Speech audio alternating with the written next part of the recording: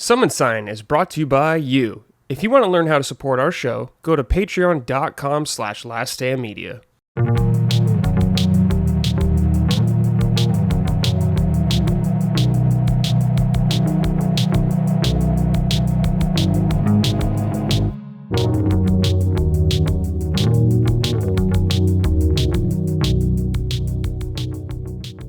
Hello, everyone. Welcome to episode 109 of Summon Sign, Last Stand Media's weekly in-depth game discussion podcast. I'm your host, as always, Brad Ellis, and joining me, I have two fine gentlemen today. But first, we're going to start with my punching up co-host, homie, Gene Park. Gene, what up, dude? It's a winter wonderland out there for you right now. Yeah. So, hello, everybody. It's Gene Park, your boy. Well, first of all, thank you so much again for everyone for the support. I will take every opportunity I can to say that as much. Last week I had a fundraiser, if people don't know, because my cancer is back. And this Thursday, I'm having my surgery to remove it. So thank you, everyone, for that. But on top of that, we have a whole winter storm going on right now. And forgive me if I sound out of breath. I just walked through like 8-9 blocks of the city back from work.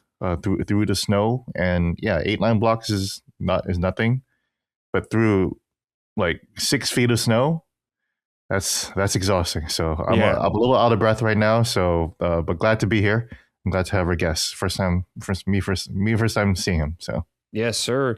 Before we get to that, me first time seeing him, dude. That's how yes. Yes, me first time seeing him. Yeah, pretty good. Yes, but if you want to support Gene financially, you can on his GoFundMe. It is out there. I don't have a link off the top of my head or anything like that, but you can just Google it and you'll find it. It's posted everywhere. Everyone retweeted it on Twitter and all that kind of stuff. So if you would like to support Gene and you can, we greatly appreciate it.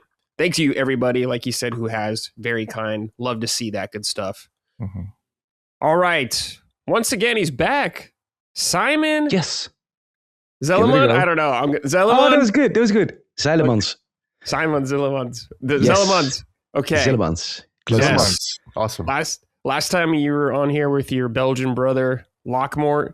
Yeah, the Eurojank podcast. Yeah, but now you're outnumbered by the Americans once again. Yeah, it is. It is what it is. Yeah. I'll try and survive. Yes. But I really enjoyed having you on last time. It was a lot of fun chatting with you. Thanks, man. So we're like, we got to have you back.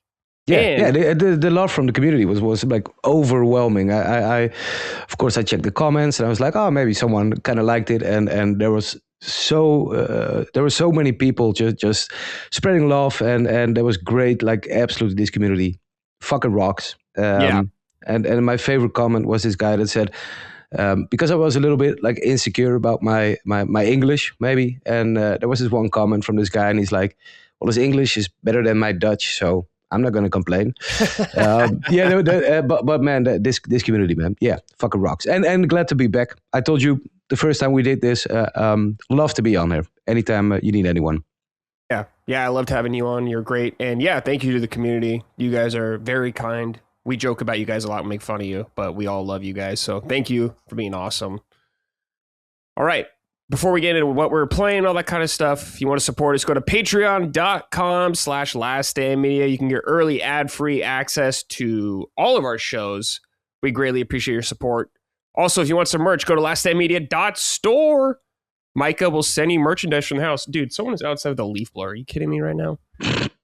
Random. But yeah, guys. First of all, Gene, I know it's going crazy for you in your winter wonderland right now. There's a huge snowstorm going through a lot of the United States right now. Everyone's dealing with it. Dustin Furman is at my house right now because his flight got canceled.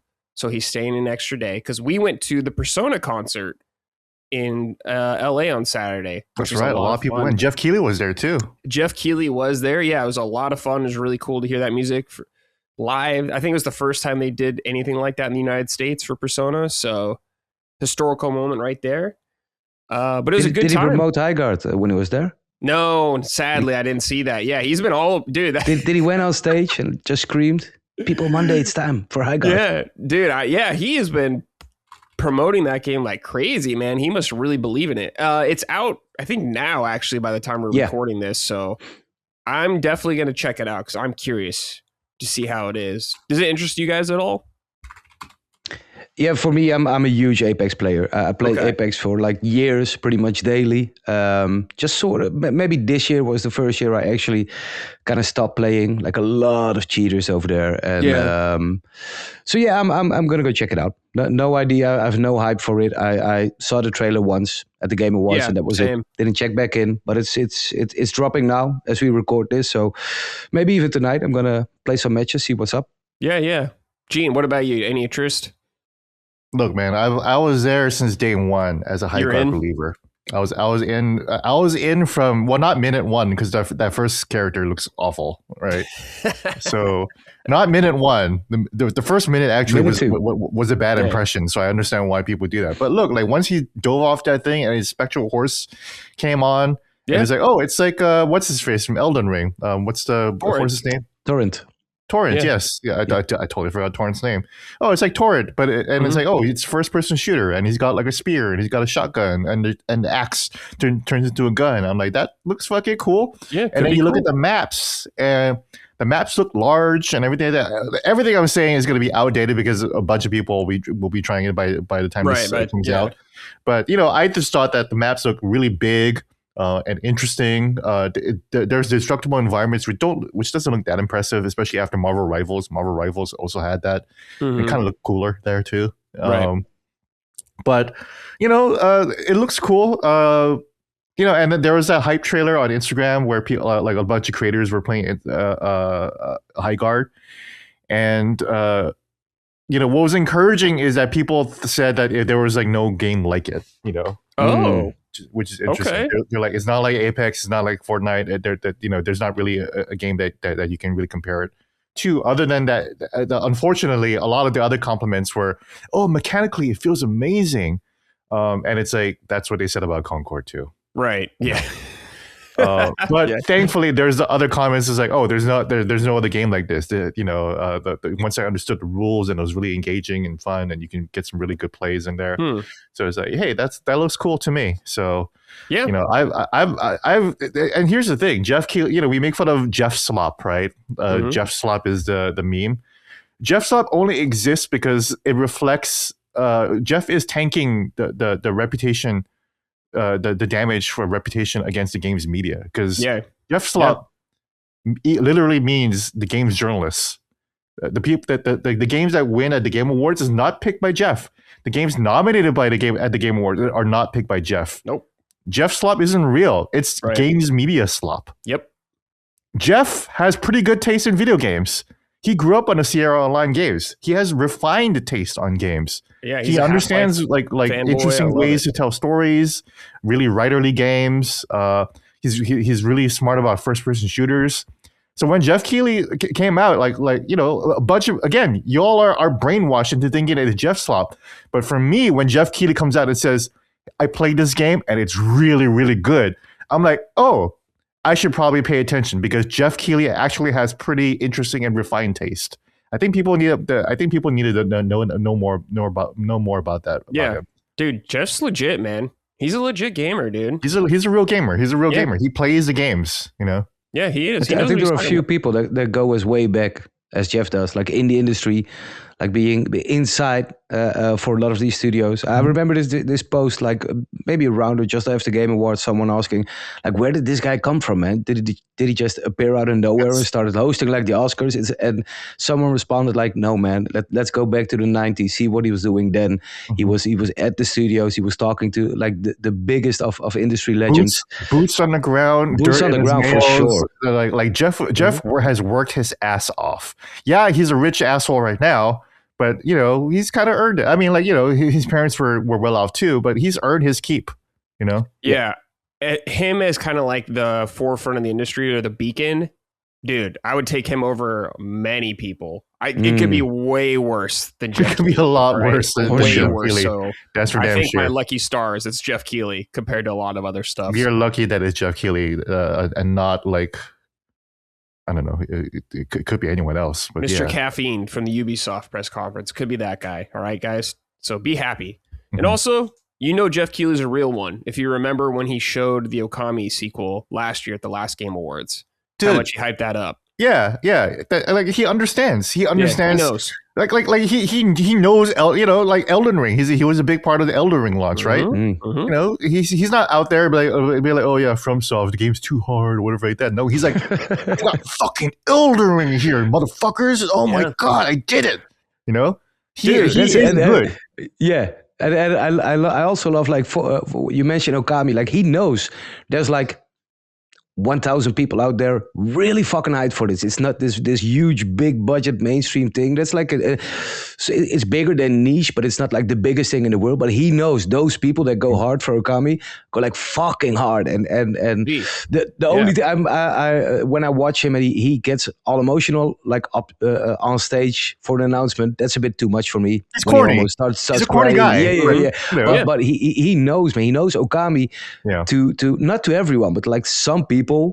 It means like the world, and he knows that. Yeah, being a gamer himself, being like Gene said, man, boots on the ground since day one. This dude. Yeah, you're right. He is corny in a lot of ways, but I like that he's willing to be corny.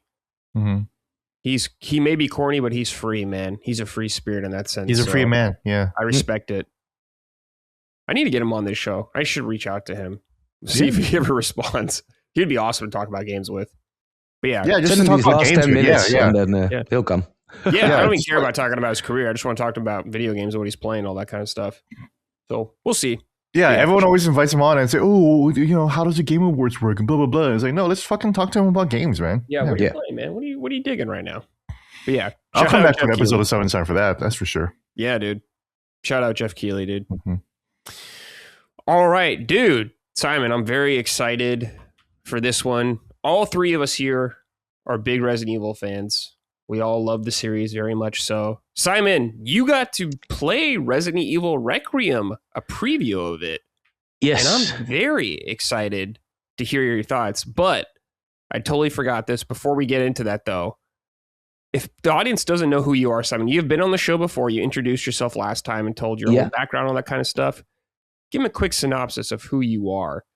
Well, the quick rundown is I've been doing games media for a little over 20 years now. Mm-hmm. Did a lot of TV, covering games, but the main passion is, and will always be, making magazines, like the written press, having something to hold at the end of the month. So I'm editor-in-chief for, I think it's the world's oldest magazine by this point. It's like 33 years and counting. Power Unlimited. Mm-hmm. Dutch magazine, also available in Luck country.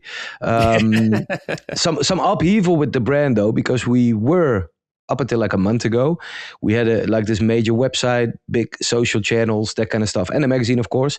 And the publishing house decided to sell the name. Mm-hmm. So it's and we saw like a lot of gamers and newspapers covering it because the name, it goes so far back that it's an iconic, has an iconic status here.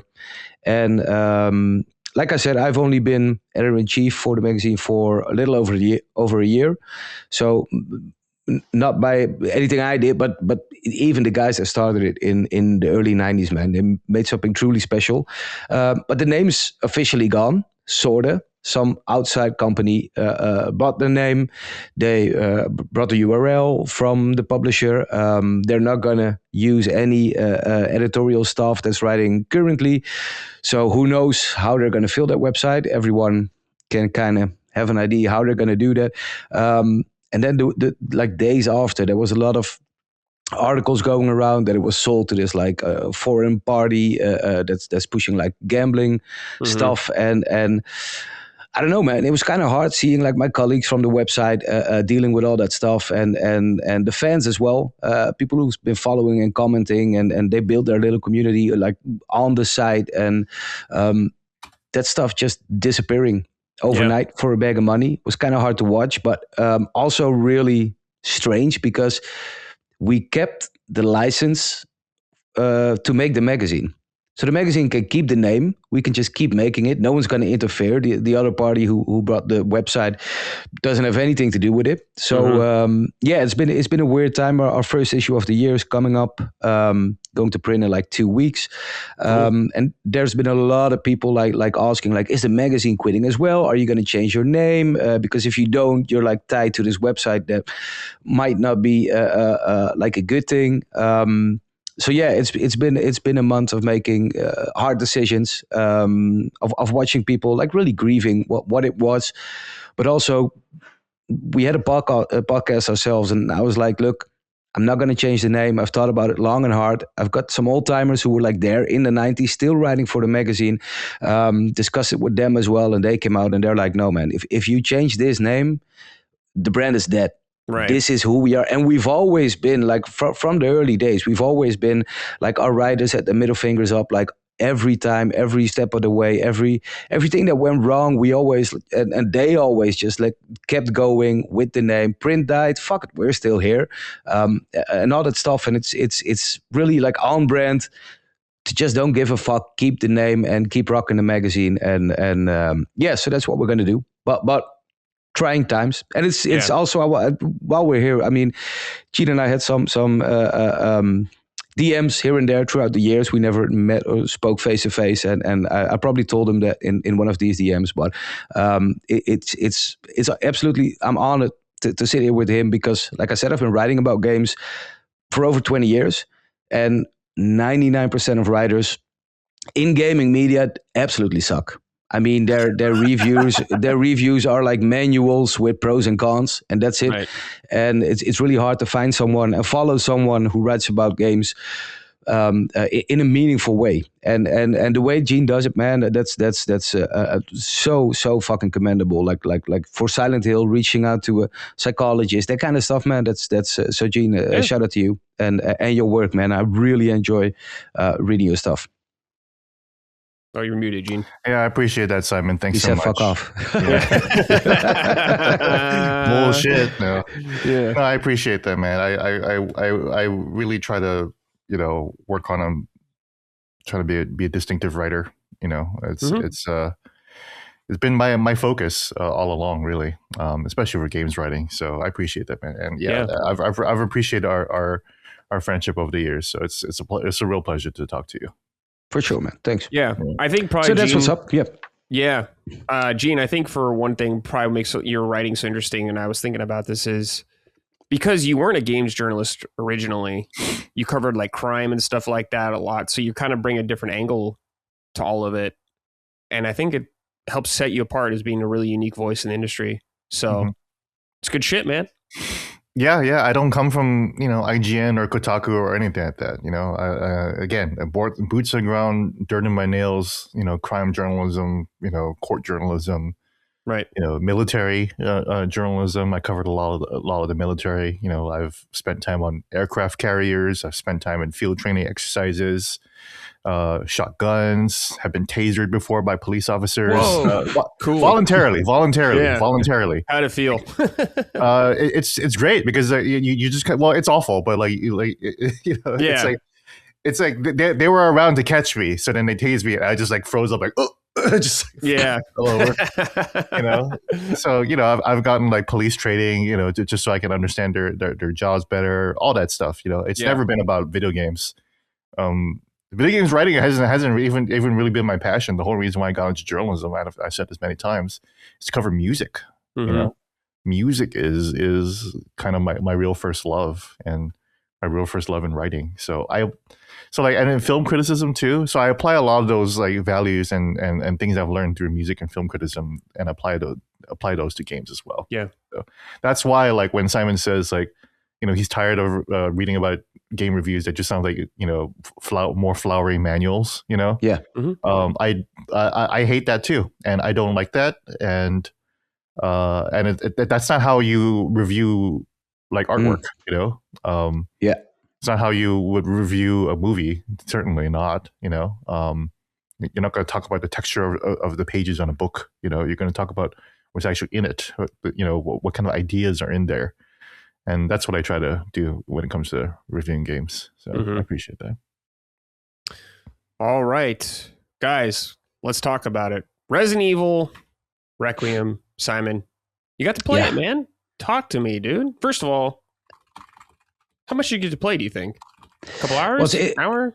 Yeah, it's the most perfect like preview you can get. It was no bullshit. Just I went to Paris, where Capcom is here in Europe, Mm-hmm. and they just put me in this dark room. Turned the game on. He's like, "See you in a couple of hours," and I got to play like no other journalists around, no breaks, no one bothering you, just you alone, and you have to play Resident Evil like with the lights out and on your own on the couch. So yeah, just sat there for a little under 3 hours. Didn't start at the beginning of the game, but and they couldn't specifically say where I started, but it felt like there's like this intro thing, and then maybe where I started was like right after that. Okay, dude. All right, so walk us through, man. Who did you play as? What did you see? It's you know what's funny? I was kind of worried going in,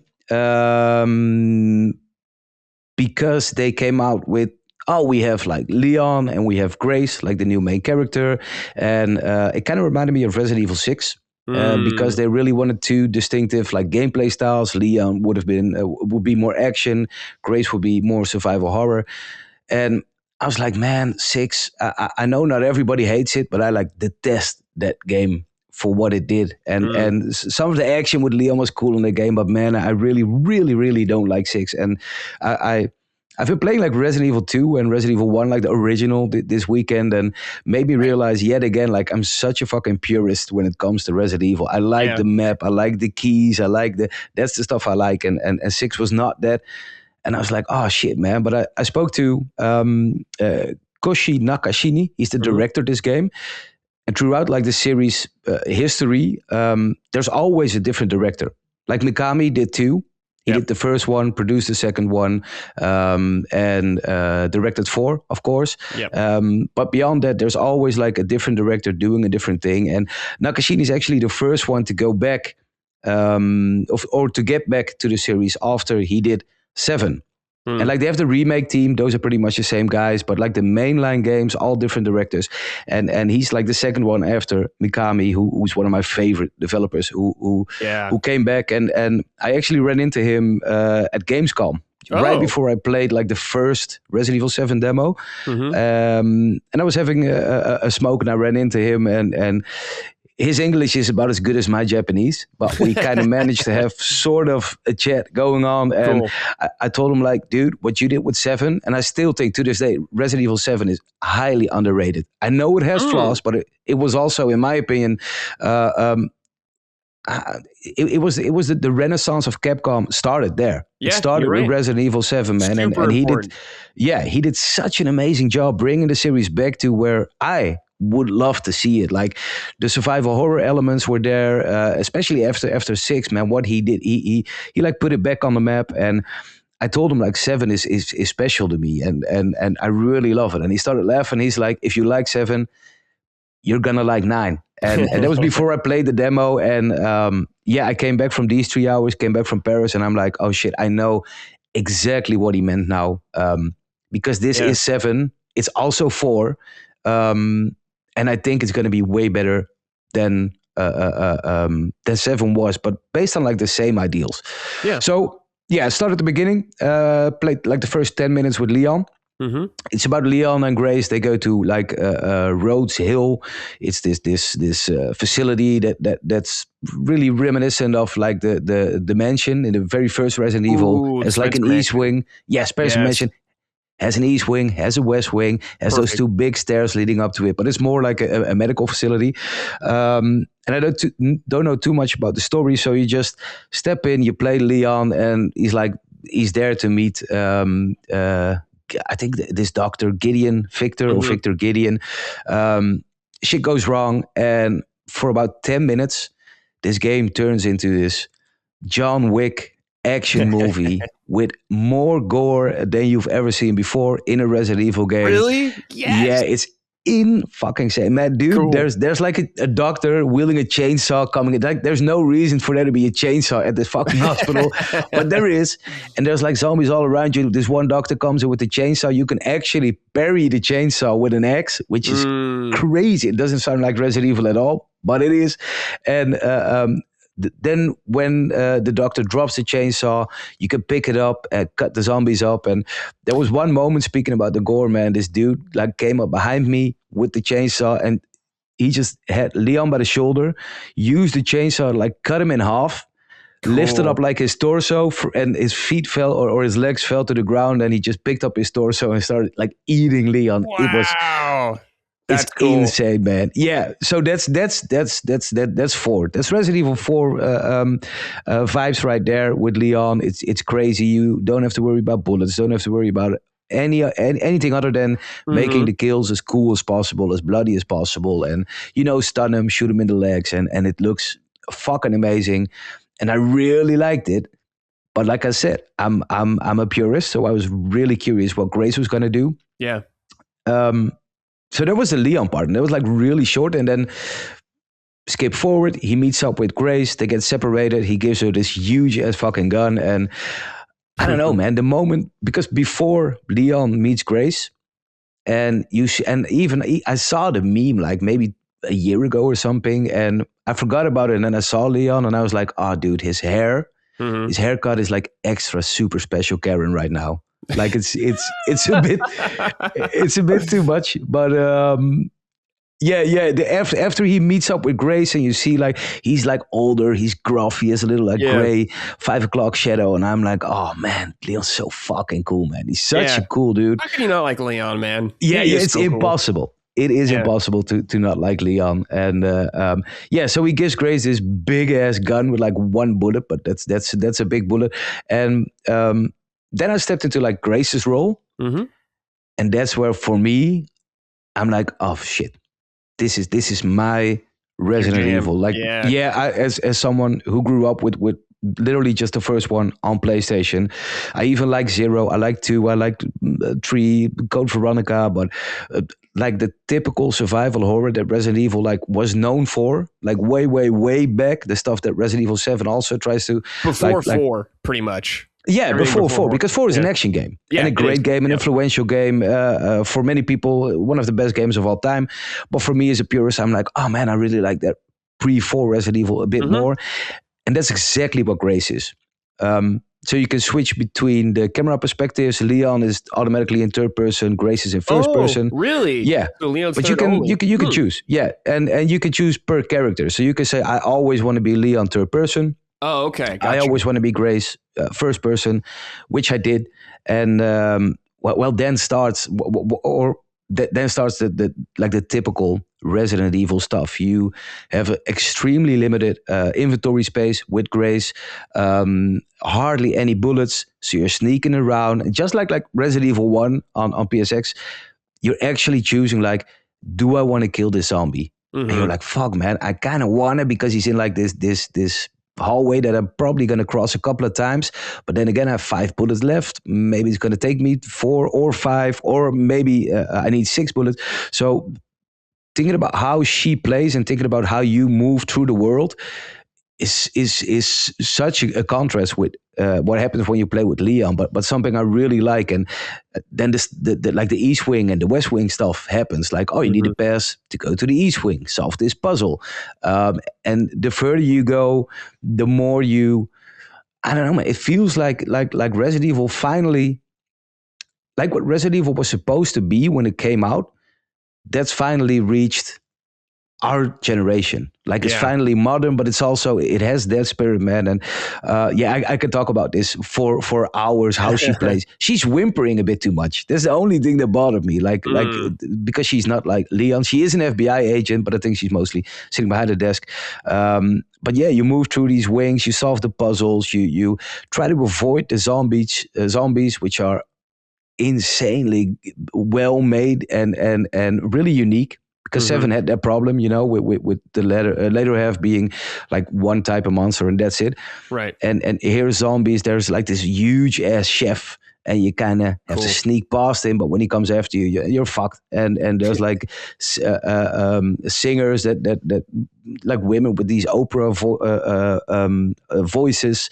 And once you get close to them, they like scream and you like bounce back. It's I don't know. Like I said, man, I could talk for hours about everything I saw. But let's in a big way. This is kind of my first impressions. Yeah, it sounds really exciting. For Grace, so you have this gun that Leon gave you and all that kind of stuff, and it's very survival horror, stealthy and stuff like that, like you're saying. With Grace, can you I don't know, stealth take down a guy? She is just probably, like you said, someone who works behind a desk for the FBI, so she's not really a fighter, at least in the early part of the game. How, obviously you're more vulnerable with her, but can she do anything else besides shoot someone? Does she have any other tools to help with that, getting around? For sure. There's this new crafting system. So there are like buckets of blood here and there, or dead zombies, and you can actually extract like the blood out of them. And there's like a crafting station where you can mix the blood with like metal parts or whatever you find, and you can make different things like bullets, but you can also make sort of an ejection kind of thing. I didn't write it down. Sorry, I don't know what it's called. No, that's but okay. And you can use that to like sneak up on people and just insta kill them because it does something to the virus. Yeah. But she is weaker than Leon. She's not a fighter, but you will definitely be able to take down. Like I was in a room and there was like this woman singing like in the back office, and I needed to get through the office to get to her. There were like 3 zombies in the way, and I kept trying like, how can I do this without being spotted, without wasting bullets? And sort of halfway through trying, I decided like, fuck it, it's a preview event. It's not my game. Let's fucking go. Just went into the office, started shooting, and it works. Yeah, it's not like, oh, you're in trouble now, but it's they come at you fast and they come at you hard, and you know what it's like. Shoot the legs, push them, that kind of stuff. But great stuff, man. Knives, everything. She can use melee weapons as well. So cool. She's not a trained fighter, but she can hold her own. Okay, I like that kind of stuff. How was like the level layout, do you think, when you were playing as Grace? You were talking about how, you're an old school Resident Evil fan, you love the level layout, the backtracking, all that kind of stuff, getting keys, unlocking doors. Was that all still here going on in this little section? It's exactly what, like you're saying it right now. It's locked doors. It's a pass, like a bracelet that gives you like level 1 or 2. I believe it's something like that. Like the key cards, yeah. Yeah, and there's definitely the backtrackings here, the puzzle solving. Near the end of my like Grace bit, which was by far the longest of the preview, I actually had to do a lot of backtracking. Like, okay, I got this key card now, and I can head to this space, and I needed to collect these items to use over here. And you kind of get the foreshadowing as well. Like you walk into a room, there's a body like cut open, all his organs are out, and you kind of get a feeling, well, this is going to be a puzzle thing. So you actually like retread the places you've been. Oh shit, I forgot. Maybe the most important thing. One of the most important things. That Gideon guy, you probably saw him in the trailers. He's amazing. His voice acting, he might be a little too Heath Ledger, the Joker, like a little too much taken on that role. But he is so menacing. And the first time you meet him with Leon, he's not running at you. He's not talking to you from behind like bulletproof glass or anything. He just walks up to Leon and he's like, okay, so you came to see me. And by then you already know, like, everything's fucked. So he's not trying to trick Leon. Leon knows this dude is bad news. Look at him. He looks like Frankenstein's. Frankenstein would call him a freak. But his performance is so good. The same for Grace and Leon, man. Like every scene I got where there's like voice acting and they're actually doing the acting, it not only looks like great, but they're doing a wonderful job performance-wise. Yeah. So 2 perspectives in the game, first person, third person. You talked about it a little. What have you preferred for it? You did both, right? Yeah. Well, it's intended to play Leon third person. I think you should. Man, it's like Resident Evil 4. You don't want to play the first person, I think. Right. Resident Evil 6, if you look at the action, the kind of action Leon brings, you definitely want to play this in third person. And I can imagine people wanting to play Grace third person as well, if you just prefer that. And that works like just as fine as first person. But for me, I was like, this works for me in first person for sure. So I played, mostly played as the developers intended it. And I switched with Grace a couple of times to third person to see if it works, and it does, but felt kind of off to me. Yeah, sure. Get it. Yeah. Let's go back to Leon real quick. So you got to play Leon a little bit, all the action. Yeah. As we know, Resident Evil, since like 4, has had a kind of a progression system with weapons and stuff like that. Did you get a taste of any of that playing as Leon? Oh, good question. No, not as Leon, because that was like really the snippet, like 10-minute snippet. You're in a room, doctors, nurses, everything, chainsaws come at you, just kill them, just make it look as cool as possible. That's it. And this I can imagine, and I could be wrong, but I can imagine the Leon bits being shorter than Grace's bit, because what I played with Grace was the deliberate, the slow, the finding of keys, the backtracking, the inventory management. I had to go back to like a save box a couple of times to actually drop off some stuff to clear my inventory. And she did had like upgrades. You could find like little coins everywhere, and she could upgrade like her pouch or her health or I believe bullets, maybe. Not sure about that. But yeah, there's some upgrading going on with the crafting system. But for Leon, I have no idea, man. Gotcha. He just has his 2 hands, his 2 feet. Just kicks ass all over the place. And a cool jacket, as always. Yeah. Yeah. Not to leave you out or anything, Gene. Any thoughts or any questions you want to ask Simon about the game? Yeah, I was really hoping to play this. So sorry if I missed it. I sorry I had to take a call from work. But did you cover the level design or location? Like, is there any indication of what the structure of the world or the map or the levels are going to be like? Because the last few games have been really interesting. 6 is just like a linear shooter, right? So was 5. 7 was linear, but you like backtrack into the house and everything like that. Like there's a whole section where you have to redo the house, which I love. That's my favorite part of Resident Evil, when you're like, oh man, I got to go back to the police department, and then there's just like a whole new area that you have to explore and recontextualize into old areas. Resident Evil Village was closer to like an open world, right? Where the village itself was the hub, and the village itself is the place that you keep revisiting over and over again. You never go back to like Castle Dimitrescu or whatever. Like that. Interesting. Yeah. But so it's like a fusion of 6 and 4 through 6, and also what they did in 7. So I wonder what if there was there any indication of what 9 would look like? Not an indication per se, but I do have a feeling about this, because and I don't know if you got this part, but like the Rhodes Hill, the facility that you start in, really has like the Spencer Mansion vibe going on with like 2 different wings. And I spent so much time there and still really scratched the surface.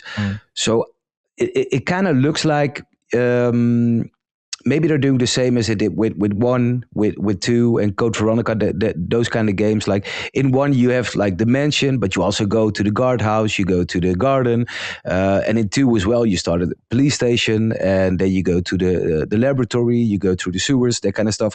So I'm if I had to guess, I'd definitely say they took way more from those games than they took from 7. And did you like 7 at all? I love 7. Yeah. Sorry, 8. Oh, 8! I loved 8 too. Yeah, I love all of them, including 6. So I figured. Yeah. Resident Evil is my favorite series in video games. Like period. Yeah. So if and this is what I just said to Brad. Like, I'm a purist when it comes to Resident Evil. I like the survival, the backtracking. I get it. That's and I know, you know what the thing is. We've all been to like preview events, and what I hate is like people always, like 99 out of 100 times, you'll read like positive previews. And even though you were at the event, and even though you spoke to dudes who were like, oh, this sucks. And then you read their articles and they're like, oh, well, maybe if they fix this is going to be a great game. Oh, this was awesome. And I'm like, we've been in this industry long enough to kind of get a feel for if something's going to be good or not. Like I remember last year, I got the South of Midnight preview, and I played it. I love South of Midnight's world, its story, its music, its characters. But that like PS2 bullshit gameplay, combat gameplay really, really sucked. And I was like, oh man, it's so fucking obvious that this sucks. And I kind of knew how I felt about the game. And still, everyone was like really positive about it because that's what happens a lot in previews, and I'm fully aware of that. And with all that being said, this game is going to be so fucking good, man. Hell yeah. It's going to be so... I have no single doubt. You know, they can fuck it up any which way from anything outside of those 3 hours I played. But for Resident Evil fans that come from the same spot I come from, this is and this Nakashini dude, he knows his shit, man. He's the one that brought Resi back. So he's smart. Yeah, he's good dude. Full confidence in this one, man. Mm-hmm. Full. Hell yeah. One other question I have is, did you try Leon's melee first-person gameplay? No, I did not. And thanks for asking. Yeah, that's the one thing I'm curious about too, because I feel like when he kicks, will the camera zoom out to show the kick and then zoom back into to first person? I imagine it will, because some of those kills, I'm like, I have no idea how you're going to do this in first person. I saw Grace kind of do that, where she did like a defensive maneuver melee attack, and it went right back to first person. So I was like, I wonder if that's what it's going to be. Yeah, and that was kind of because my Leon gameplay, I started it and I was like fully invested, and then within 10 minutes, it was done. And then I played the rest of it with Grace. Oh, that's so short. Like, oh shit, really? I had to try it. It was only really 10 minutes of Leon gameplay? Yeah. They just gave me a small snippet of Leon, and which said enough. Yeah. So it was mostly Grace gameplay though for the preview. Yeah, for the preview it is, and I can imagine it being the same in the full game. But I'm not sure. I could be wrong there, but it kind of feels like Leon's like the in between stuff to just like get your groove on, kill everything as cool as possible, and then back to Resident Evil, back to Grace. Gotcha. Interesting. Okay, I'm kind of glad I didn't go to the preview then. Because I'm more interested in the Leon gameplay for sure. As somebody who loves Resident Evil 6, I love the action side of Resident Evil for sure. So what I did, and that's not something I usually do, but I was running like kind of out of time, and I knew beyond the Grace part was like this small Leon part as well. But because I was playing so slowly and deliberately, and like the dude from Capcom came in, he's like, if you have to rush now to play like the second Leon bit. And I'm like, dude, man, this game comes out in a couple of weeks. Do I want to go rushing through this Grace bit, which I'm really like savoring and I'm really loving it and love playing it like this? Or do I just call it a day, talk about what I played and keep it at that? So I chose that. So I actually chose myself not to go rush it to have another go at the Leon bit, but what I played with Leon was fucking hell. It's John Wick, man. It's even more John Wick than 6 was, and I think he like uppercuts a boulder or something in 6. So yeah, it's that was 5. That was Chris and 5. So seriously? Oh yeah. You're right. Yeah, in the volcano. Let's see here. Will Hahn wrote in and said, "Hey, Summoners. First off, Gene, I hope everything goes well with your surgery, and I was happy to see you put up a GoFundMe page, which is absolutely killing. We love you and are here for you, man." Thanks. Second, how do we feel about the half and half protagonist nature of Resident Evil Requiem? Although it sounds cool in concept, I'm worried it might fuck up the pacing of the game. For instance, one minute you are smashing zombies' heads in with Leon's steel-toed boots, and the next minute hiding behind an old dresser with a wax candle light as Grace. I won't judge too much until I get my hands on it, though, so we'll see. Cheers, boys. How do you think about that, Simon? The pacing of it? Do you think it's going to be all over the place? Yeah, and I'm not too worried about that. Because, for one, they're in the same location at the same time. They interact with each other. So it's a different thing. Like, if you look at 6, it's like 4 like really separate things. Yes. So it felt like really separate games as well. And here you have this Leon bit, and he meets up with Grace, and then you transfer to her. And what I also think, like the first images or the first maybe trailer, I don't even remember what it was, but I remember playing it at Gamescom, and the bit they showed there was so extremely what's it called in Village, House of Benevento, something like that. Beneviento or something like that. Beneviento, the scariest part in any horror game ever, which was fucking amazing. But it kind of felt like, oh shit, do we get an entire game of that? Because that was the first thing, mainly the first thing they showed. And it turns out Grace, you're shooting stuff with Grace, you're pushing zombies, you're doing shit. So yeah, the pacing is completely different between the two. but with them being at the same location at the same time, and it didn't feel like an issue to me. Like it didn't even occur to me that it might be a problem while playing it. Okay, very cool. Sounds great, Simon. Like you're saying, only a few weeks away from now. Yeah, man. I can't wait. Cool. Anything else you want to say about the? I can say something about the protagonist thing. I think it's important to remember that Resident Evil since day one has been a dual protagonist game. Mm-hmm. The whole series is about dual protagonists. So I think in that regard, you shouldn't worry. But I do think that there is an issue with pacing in the modern Resident Evil games, namely really, really slow areas, because Resident Evil games are meant to be replayed.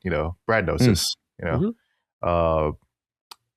And the modern Resident Evil games have always, for some reason, and Nakashini always does it too, have sections that kind of are a slog to replay when it comes to revisiting the game. Resident Evil 7, Biohazard, its biggest problem was its intro.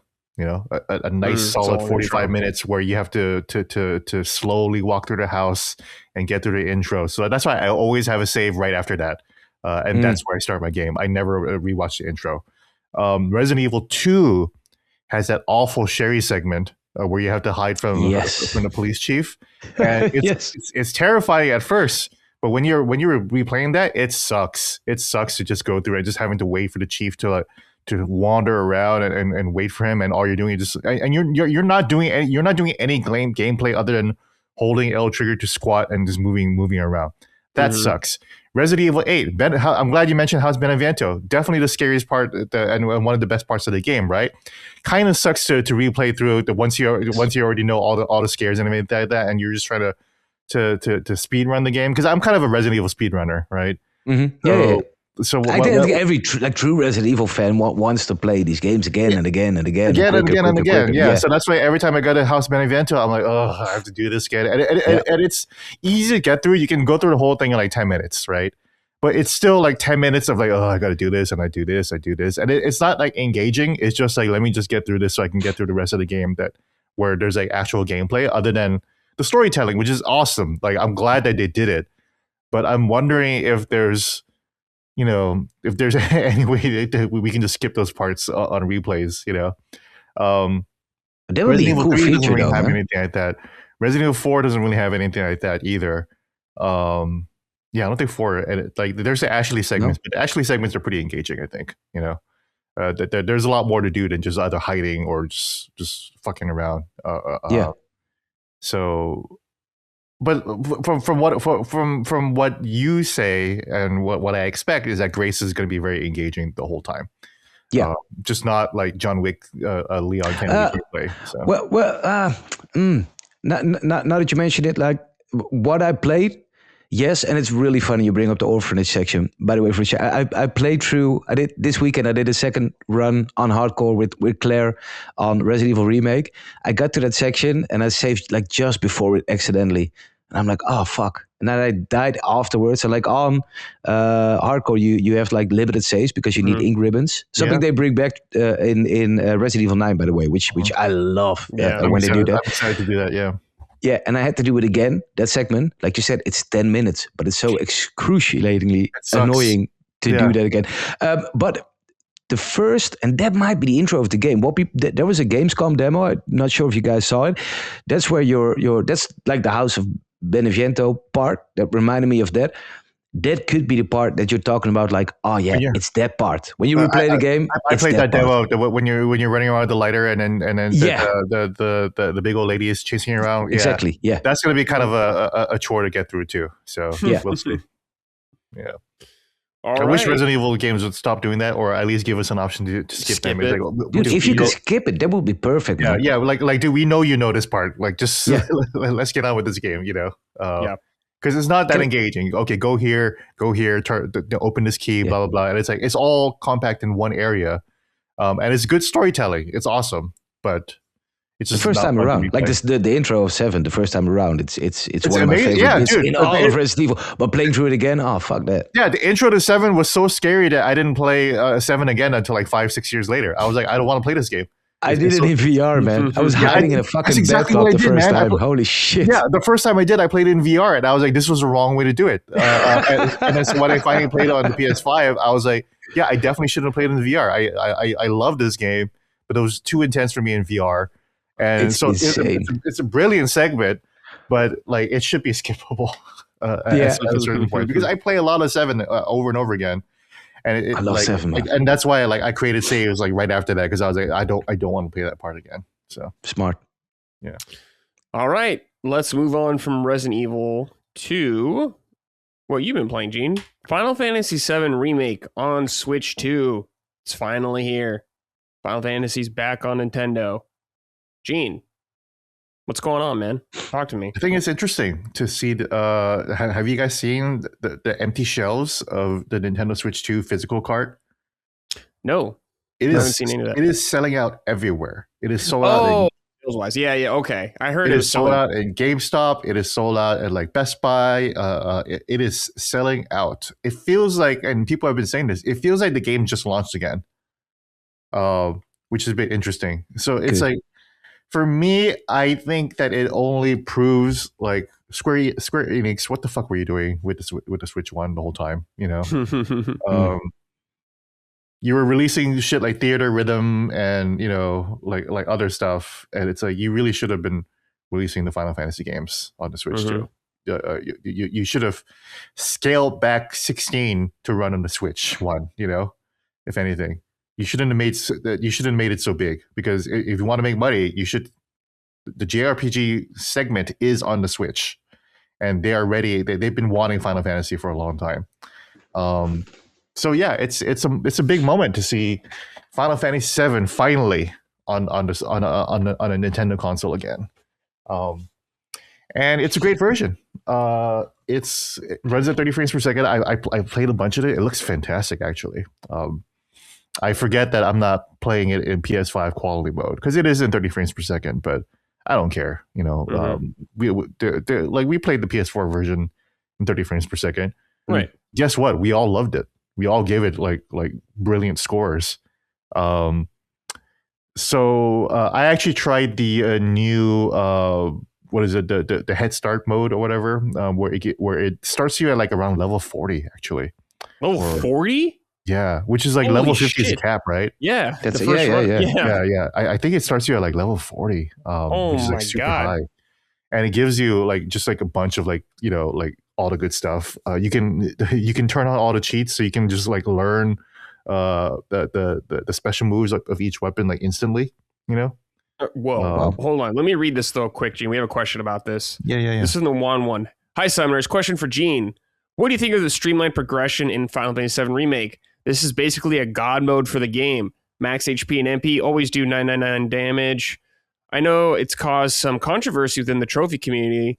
The system was updated for the PS5 version as well, making the Platinum Trophy from a 7 out of 10 difficulty to a 3 out of 10 overnight. I welcome this system because the game is over 5 years old already. And good luck, Gene. We love you, dude.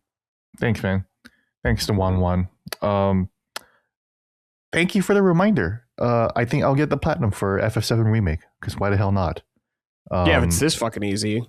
Yeah, if it's that easy, that's amazing. I'll do that. So what do I think? I think it's awesome. The game is old. Who cares? You can turn it off. But people weren't getting mad about the original Final Fantasy VII or Final Fantasy VIII getting the similar modes, 9,999 modes. Always limit break. That's crazy. You know.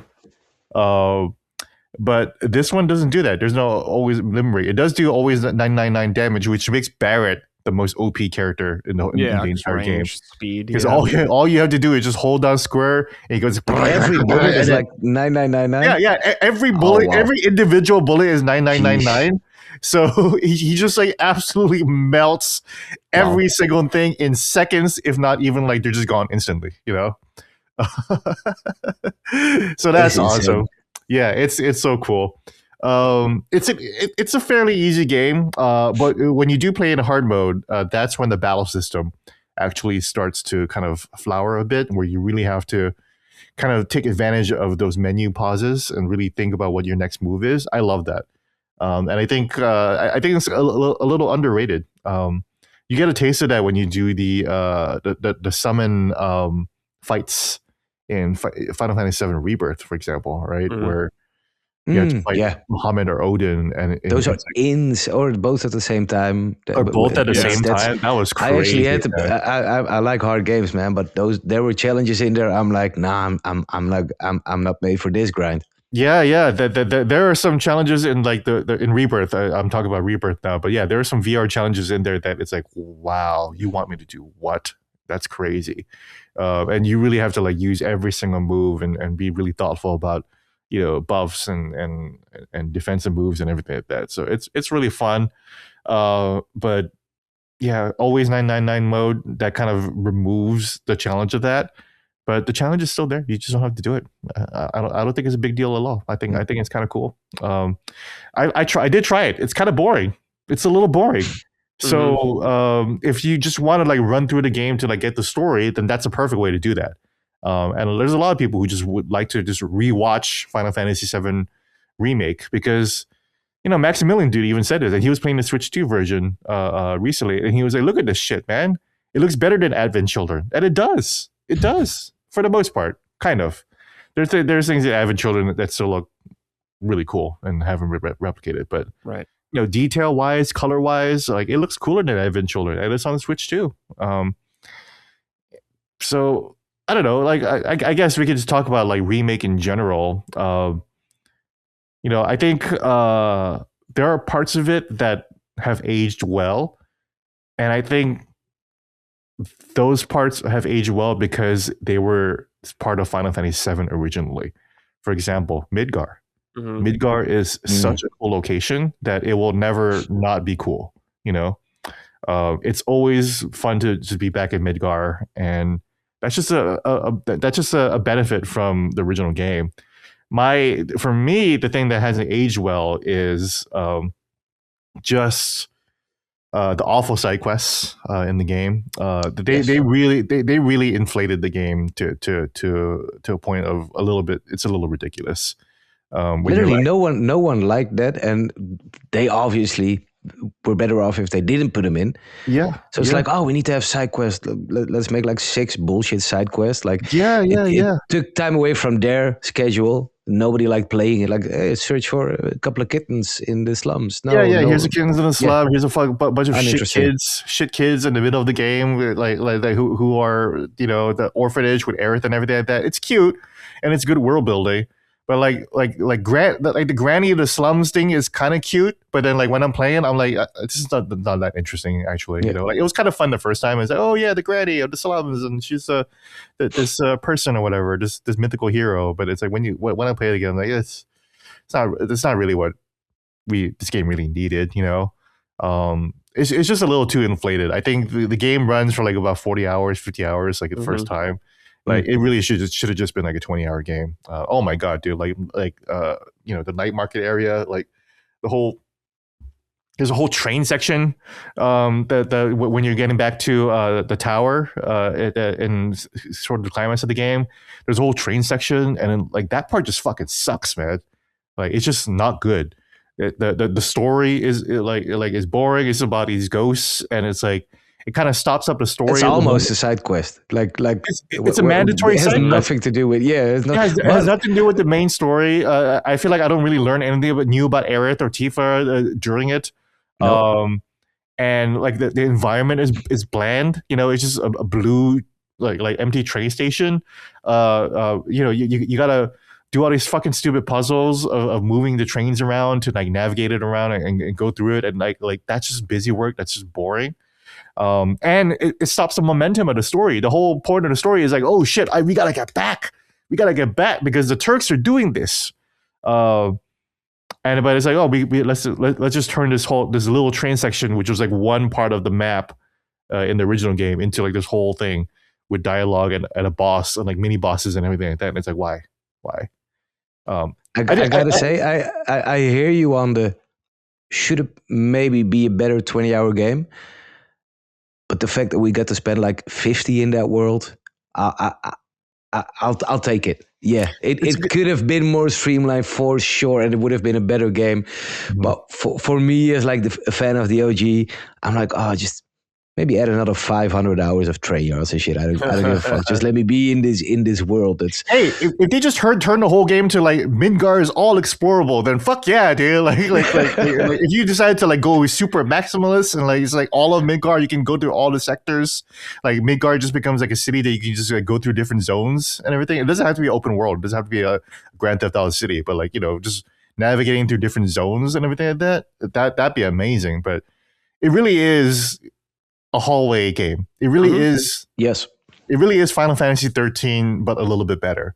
And I think a lot of people don't really realize that. Oh, come on. It's better than 13, dude. Come on. It is better than Final Fantasy 13, but the structure's the same, though. It's the same. Yeah, but you got actual towns you can go into and shops and buy stuff instead of a fucking floating Exactly. Like it was crazy that if FF13 had towns where you can like go up a level or like go to the left or right of things, like Night Market is like way more complicated than anything in 13, right? Or even like Sector 7 initially, like just slums itself, like just way more complicated. There's alleyways and backways and everything like that. But like when it comes to like the level of the game, it's pretty much kind of the similar. Like like towards the end, you can go up and down stuff. Yeah, but there's like breakup spots, like you're saying, like puzzles and all that kind of shit. 13 is just kind of like the whole 13 didn't really have puzzles. Yeah, you just 13 is like one hallway. Yeah. Did you guys play 2 and 3? Yeah. I did not play 2 and 3. 13, 2 and 3. Yeah. 2 actually reminded me a bit like of Chrono Cross, Chrono Trigger. Not like same quality, but the time travel stuff was really great. And 3, man, it kind of has some special stuff as well. But 13 was you're absolutely right. I've been meaning to get to the 13 trilogy, but I mean, you should, man, you should. Give him a shot, I'm not saying 7 and 13 are the same. I'm just saying they made 13 better with 7 Remake. Yeah, and that's why 13 was never that bad. They just needed to make it better, and that's why we got 7 Remake out of it, and that's cool. Yeah, but it is still very much like a God of War like linear game, and I think they've been on the record by saying that they're like, dude, like we were totally influenced by God of War with the fucking slip through walls and everything, that's everywhere too. Yeah, that's why I love Rebirth so much, because Rebirth just got rid of all that, and it's like here's the world, walk around. But I still love Remake though, because and just because the story is so great and the characters are great. I think it's written really well. We can go back and forth about all the changes, and trust me, I have a lot of issues with a lot of them. I think Sephiroth is in the game way too much, but I understand that Sephiroth is no longer like a secret character. But I feel like they could have just written him and built him up better instead of showing him within the first 10 minutes of the game. When in the original game he doesn't show up in the game until like several hours later. His name isn't even mentioned until several hours later. Yeah, him showing up, Gene, early on, kind of like is like to me them saying, "This is different, bitch. Stuff's gonna get crazy, so it's not gonna all be the same." Yeah. So, are you guys in the like the sequel camp as well, or in the remake camp? Yeah. Yeah, I haven't thought about it for a while, but I'd say probably because Rebirth didn't really do what like Remake for me. I spent like hours watching like all the videos about theories, fan theories, all that kind of stuff, and those go crazy and really hard, and I'm all there for it. And then Rebirth came out, and there was more like the ending gives some like food for discussion, but like most of Rebirth was just here are the guys in the ropes, follow them. And it didn't go that crazy on the whole fan theory, remake, sequel, what we got here is Sephiroth, like a time traveler, all that kind of stuff. Didn't go as hard in Rebirth. So I think it kind of killed a bit of the discussion. The remake, which in my opinion is definitely a sequel, definitely ahead. Yeah, I think because remake set kind of the tone and the expectations of what people would expect from it, and I guess it was very shocking for a lot of people. I mean, it was what they were doing. So I think once we got to Rebirth, we kind of knew that we were in for a more wild ride than maybe they thought. And we learned some answers. I won't talk about them, but we get some. So, but there's still a lot we need to know. But we'll see. I kind of consider it kind of a remake. Obviously there's some sequel parts to it, and we'll see whenever the remake comes out. But I feel like I could be comfortable in also assigning the game as a little bit. I think Rebirth is more of a remake than Remake was actually. 100%. Yeah. Right. Yeah, Yeah. I think Rebirth was just a lot more faith. It was like 90% faithful as opposed to Remake. It was like except for like the no spoilers, but like you know the part near the ending. It's like, oh, where are we? What are we doing here? Where are we going from here? But everything up until then, like almost everything was because Remake kind of ends on, okay, you're in for a ride. You have no idea what's coming next. And then Rebirth comes out and it's like, oh shit, we actually did have an idea what was coming next because it was this. Until it's not anymore. But yeah. Yeah. I mean, there's obviously a ton of changes, and Rebirth also like signals immediately that there's changes like from minute one too. But I do think that Remake is less of a remake; it was more of a sequel than either one. And it's interesting that I actually kind of can think of each game as like individual games. You know, I don't even. I think I'm actually quite like. Even if the Remake never comes out, I would actually be pretty happy with ending it on where Rebirth ended. Actually, I'm like, yeah, I can kind of see where things are going, and I'm pretty happy with that. Even Remake, if they never came out with Rebirth, I'd be upset, obviously, but I'd be like, that was a pretty cool ending, and you know, ask some interesting questions, and I had fun with it. So it's a weird relationship I have with the Remake trilogy, but I love it because when you're playing it and when the characters are talking, and Aerith is like finally a character who has her own personality, and she's flirting with Cloud and really being really cute, and like being a perfect little Disney princess, and Tifa being Tifa, you know, the perfect woman, and Barrett being, you know, like everyone being who they are. Like it just reminds you that FF7 is like probably has like the best cast in RPG history, I think. Yeah. RPG history in general, you know. Yeah. Diverse, interesting, fun. The way they all interact with each other is so cool. Even Ketsit, who doesn't, of course, Ketshi who doesn't come out in Rebirth, is awesome too. And he was still my least favorite character ever. And of course, you get integrate with this, and I haven't really played integrated, but you get a whole Yuffie gameplay, and that's awesome. Yuffie, I think the story is kind of like weird for the Yuffie parts, but the gameplay is awesome though. Her battles, I think the level design is just a lot better. I think it's clear that the team kind of struggled with how to make levels in Remake, and they just got better with integrate, and then Rebirth was a little better, but Rebirth also had some crap levels too, though. So, well, we can't forget the factory towards the end, and like the temple towards the end of Rebirth was like, oh my god, this is so long. You're kind of doing the laboratory at the end of Remake again, kind of extending that way too long too. But I just think it's great that that it's doing so well on the Switch too. It looks fantastic, and it also kind of shows like this is an Unreal Engine 4 game, and games kind of don't look better than this still, right? I mean, what games look better than this? Than what? Remake? Yeah, Remake. I don't know. I'd have Not to a lot. think about it. You gotta go to the Hellblades and the Death Stranding. Yeah, Remake. In the RPG genre, I struggle to find something better looking. Yeah. Even across Western RPGs, this is all kind of the best looking games. You know, I think it looks better than FF16. In some ways, yeah. In some ways, so. I mean, the boss battles in FF16 are amazing, and you know, so that's why it's like, maybe those. We're never getting anything like that again, man. That was so maybe those couldn't run on the Switch One for sure. But FF16 was cool, but I think FF7 Remake just looks a lot better. The characters look better. Sure. The character design looks better.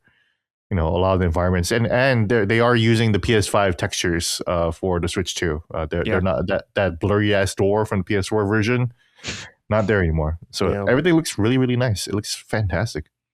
I'm curious to see how Rebirth will be on that in the future. Yeah, Rebirth is a much more demanding game, so I'm curious. Hamaguchi said that they're done with it. That they're just optimizing it now. But it runs. Oh, really? Good. Nice. Yeah, curious to see how it'll be. So that's amazing. I hope it comes out later this year. Like. Oh yeah, chop. Yeah, chop. Yeah, we'll see. Okay, well there you go. I will definitely play the hell out of Rebirth again. Remake, I'm definitely cheating my way through it with the 999 thing because it's like, you know. But I think I will. Thank you again, the 1-1. I think I will start it up in the PS5 now. I'm gonna abandon my Switch 2 run, go to PS5 and get those trophies, man. It'll be nice. Be nice to have a Final Fantasy VII Remake Platinum trophy. Because I did a story when Remake came out 6 years ago. I did a story about how FF7 and PlayStation are like just tied together forever. PlayStation wouldn't be here if it wasn't for FF7. I think people forget that. I think people forget the impact. I keep crying about this, Brad. And I hate hearing people say, "Oh, Expedition 33 made turn-based games mainstream."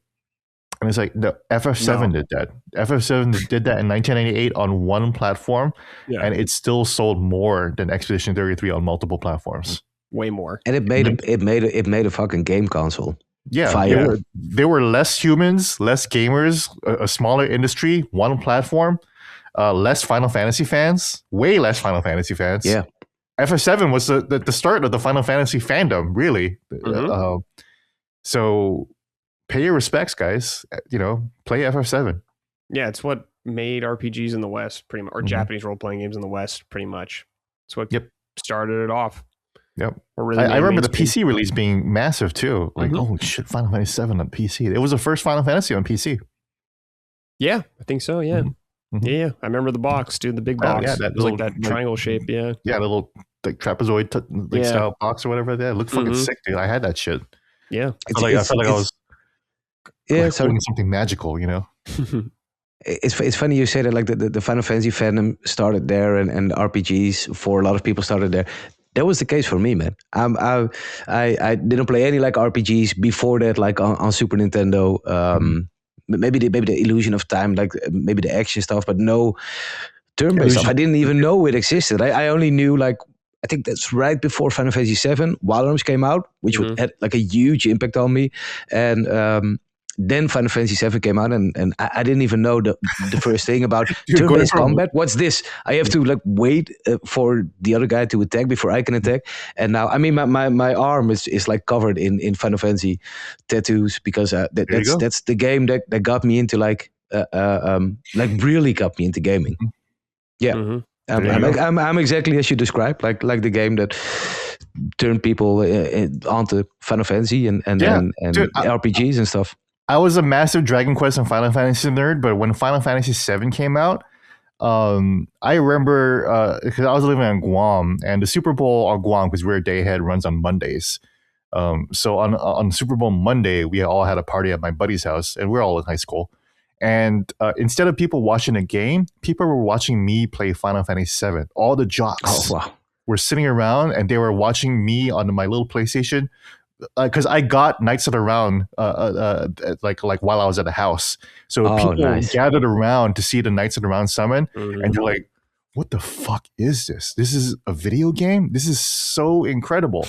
And everybody, all the jocks, all of the football team, the basketball team, they knew who Cloud Strife was. They were buying the action figures. They got into Final Fantasy VII.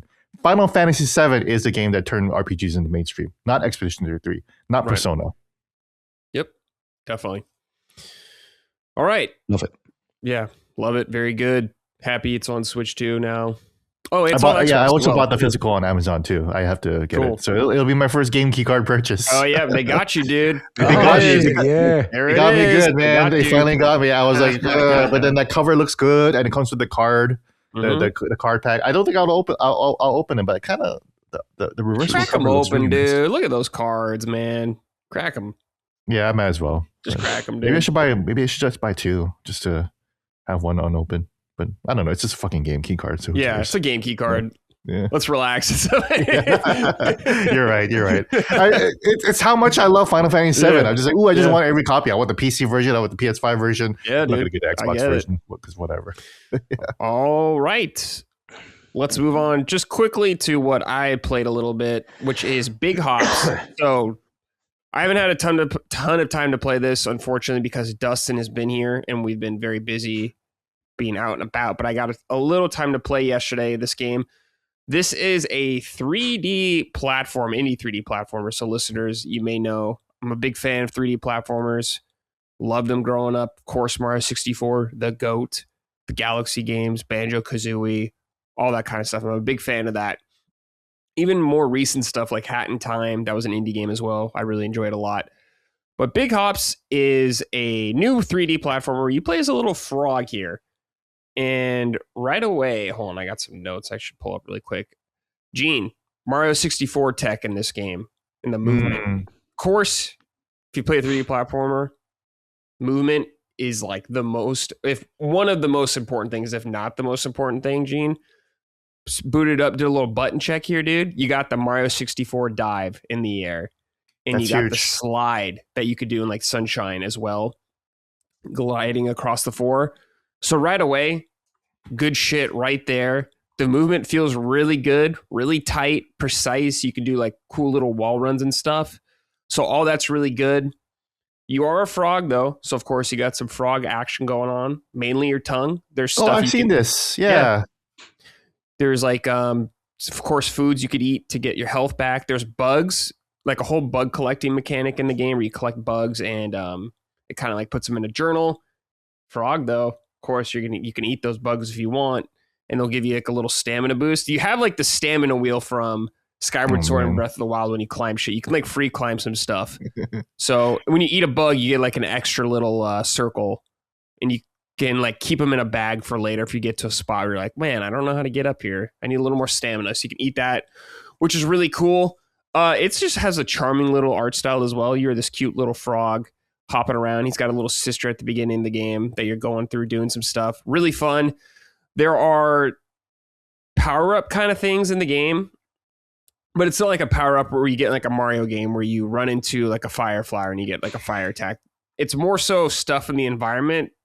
There is like, for instance, there's like mushrooms you can find in the world. You can pick them up and throw them anywhere you want. And these mushrooms you could bounce off. So you could use them to like get you up higher or to get across a gap a little easier. There was like a little, I don't know if it was like an acorn or a little nut that you would throw. And like I said, you could throw it anywhere and it'll like shoot out like a big vine you can use to climb around. And there was another one, like a chili pepper I got recently where makes everything really hot, so you can burn stuff like tumbleweeds to get through little areas or wood structures and stuff like that, which is really fun. And what's cool about the game is there's some instances where I feel like there's places you need to get to, and it's just kind of like figure out how you want to get to it yourself. Very minorly reminded me of like the shrines from like Zelda games where it's like you can kind of do this maybe in a couple different ways, which I've really enjoyed. So I've gotten up a couple things where it felt like I don't know if I was supposed to get up that way, the intended way, but the game allowed me to do it, which I think is really fun. There's some cool areas you go to that's like very Mario Galaxy-esque. This place called the Void you go to in between a couple levels, and it's, you know, you're like running on the planet. It's like Mario Galaxy. It's got its own gravity thing. You're running up walls and all this really fun stuff. So that's great. I got to this desert area. That's where I'm at in the game right now. It's like a very big open space. There's a bunch of characters out there. There's full voice acting in the game, which is kind of impressive for a $20 indie game. And It's not horrible. So that's pretty good right away. But it seems like there's a lot to the game, and I'm just kind of scratching the surface of it. There's things to collect, like collectibles to get different outfits. I actually haven't gotten a different outfit, but I got some collectibles, and they are hinting towards that. So I'm assuming you can get different outfits for your frog, which is really fun. There's a whole storyline going around with the character you are and this guy named, what's his name? His name's Dis. He's like some weird void guy from the Void. You know what he reminds me of? He reminds me of like the outsider from Dishonored a little bit. Not nearly as sinister, but a more playful version of that. I would say of some weird entity kind of leading you along. So I'm kind of curious about that. But so far the platform has been solid. I've enjoyed it. Very nice music. Very nice to look at. Feels good. I'm playing on the PC version right now. I think there is a Switch version, and I don't know how good it is. I don't know what other platforms it's on, but I've enjoyed the game so far. And I think if you enjoy 3D platformers and you're looking for a little more indie one, might not be a bad option. I definitely need to play a lot more of the game still, but so far, just off base, like an hour and a half gameplay, pretty positive so far. And I think it has a very nice price, $20, dude. Pretty friendly. Where these guys come from? Which is there? Did they do something before this, or I don't know. You know what? I think I saw this game on like just Twitter one time, like a random thing just pop up, and I was like, "Oh, this looks interesting." I will look up the developer really quick though, because I'm not sure what else. It's from Luckshot Games. They made a game called Sausage Sports Club. I've never heard of this either. This came out in 2018, so it's been a while since they put out a game. And this looks way better visually than that game. This last game they did kind of looks like that game Party Animals or Gang Beasts.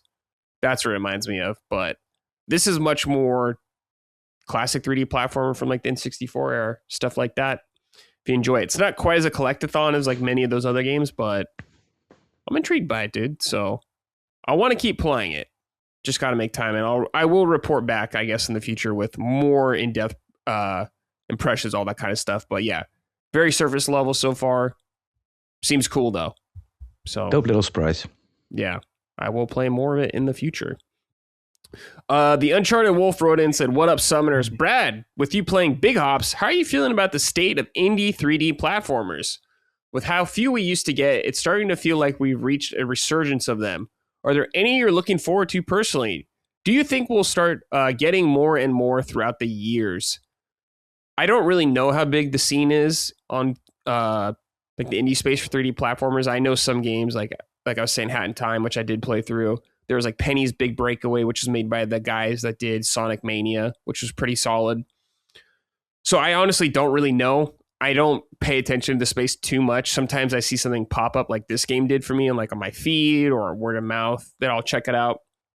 So I don't know, but it's a genre I do really like, and I don't want to see go away because people think 3D platformers and it's mostly Mario, which is great. Of course, Mario's the GOAT, but there's a lot of other cool ones out there. Luckily, we've gotten stuff over the years like Astro starting to make a splash, getting the recognition they deserve. So it's a genre I like and I don't want to see go away. So anytime there's a cool one out there, I got to shout it out. Did you play the Yuka Replayly? No, I haven't actually. That was pretty good as well. Kind of like it. I played some of the original version of the game, and I was like, it's okay. I wasn't really feeling it at the time, but I do want to play Replay. Just got to make time for it.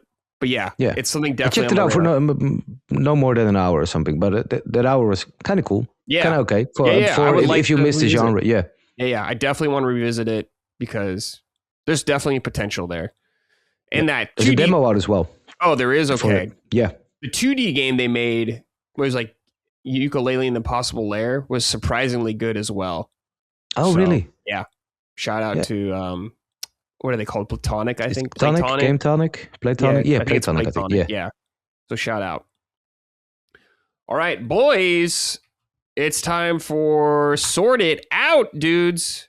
This is just something we talk about, or a segment we talk about where we're not too pleased with stuff in the game industry. Could use a little work. Could be a game, company, person, whatever. I will just go first because it's off the top of my head. The whole Ubisoft situation going on right now. It's been chaos for a while, but they fucking canceled Prince of Persia and like 5 other games. You sons of bitches. I wanted to like that game. I wanted to play it. I really liked the first Prince of Persia Sands of Time game. So they canceled the game twice now. And I'm just like, come on, dudes, please. So I don't know what's going on with Prince of Persia. Luckily, we did get the good 2D one or Metroidvania one last year, but 3D one, it's gone. They canceled a bunch of stuff. Ubisoft is just like on fire right now. It feels like if anyone's going down anytime soon, it'll be them. So I don't know. But you gentlemen, Gene, what about you? Any sorted outs for you this week? Yeah, I have a real basic one. Just sorted out to everyone in the games Discord space. Not even games media, but just people, fucking creators, honestly, at this point. Just trying to shit on Highguard this whole time. It's weird even if the game does suck, even if it does become Concord 2, which, and again, I'm the person on LSM that dislikes Concord the most for some reason. And even if it was a repeat of Concord, like, you don't know anything about the game. Why are you so eager to hate on it? I'm not even that eager to hate on Concord, and I hate it the most. I hate it more than most of you. I deeply dislike Concord. I think it's a bad game, but I'm not like out there being like, oh my god, do you remember Concord? Oh my fucking god, like, just fucking get over it, dude. And then so I don't understand why people are just like excited to hate something or excited for something to be bad. Yeah, they're like rooting for it to fail, which is weird. Yeah, it's not even rooting for it to fail. It's like you're excited, like it gives you like joy and like it's fun for you, you know. And that's like kind of sick and weird. Yeah, like fucking get offline and like hang out, do something else. but you're making your whole personality into just like dunking on something. And this is beyond grifters. These are just regular content creators. Yeah. Who are just doing it. So, I'll try Highgar later today. It's probably going to suck. I'm seeing some tweets, people be like, it's whatever. It's I'll try it. Okay. Now we can start hating it. That's fine. Yeah. I found an interesting tweet. I'm going to read here, Gene, that's relevant. Ben Smith. Yeah, I just retweeted it. Yeah. Yeah. He said, "This really irritates me. Play Highguard has been out for an hour, and most reviews, especially negative ones, have less than 10 minutes played. I have no stake in this game's success or failure and barely had an interest in it before today. I just can't stand how people have had a raging hatred for it since the reveal for basically no reason. Steam has the best consumer review system of any platform, and for some reason, people are abusing it just because they saw a trailer they didn't love. Gonna check this out later tonight." So, yeah. I mean, it's one thing to play the game or just not be interested in it and don't think it's good or whatever. But like you're saying, this excitement to like hate it and all that kind of stuff is very weird. Because the commercial for it didn't make you happy. Yeah. No. Yeah. Can you wasn't it the right spot in an award show for you? Yeah, like read that, like say that back to yourself. The commercial sucked, so I'm going to be mad and hateful about this game for weeks. Yeah. Think about find some help and then say it out loud against your psychologist. Think about what you're doing with whatever. your life when that becomes your focus. When you decide, I'm going to play Highgar for 10 minutes and then go online and then trash it on reviews. Yeah, 10 minutes, dude. That's like embarrassing. Yeah, did you fucking plan to do that? Was that part of your fucking day to just fucking jump on a Highguard immediately? Like, we're not playing Highguard right now. I was excited for Highguard, and I'm not even playing it right now because I gotta fucking do this shit. Hey. But it's like it's the middle of a day on Monday. You're waiting in the middle of the day on Monday to play Highguard for 10 minutes to log it in so you can get the privilege to be able to review it. That's some loser shit, dude. For real. Yeah, very strange. Get some pussy. For real. Yeah, maybe it sucks. Who knows? But it's like 10 minutes. Come on, man. Yeah, I guarantee you get no coochie if you're doing this. Damn. So sort it out. Yeah, that's a good sort it out. Yeah. Simon, what about you? Anything for you? Yeah. These guys are definitely getting pussy, but sort it out, EA. Oh. And there's a lot of reasons for EA to sort it out. There's a lot of reasons for a lot of people these days to sort shit out, but I'm sticking with EA. Like 2 weeks ago, I got my PS2, hooked it up to the TV, been playing like a lot of retro games like Drake and Guard, Mace Griffin, Bounty Hunter, all sorts of shit. And the game I've been playing most, like almost on a daily basis, is SSX Tricky. And I swear to God, I booted up that game and I was like, remember everything you think you know about this game, all those memories, like coming home with the PS2 and having like the first SSX and then Tricky, like destroying the first one and the music and the fluidity of like everything, the sound when you like hit ice instead of snow. I was like, those are definitely rose-tinted memories you're having. So be aware when you start this up, it's not going to be that good again.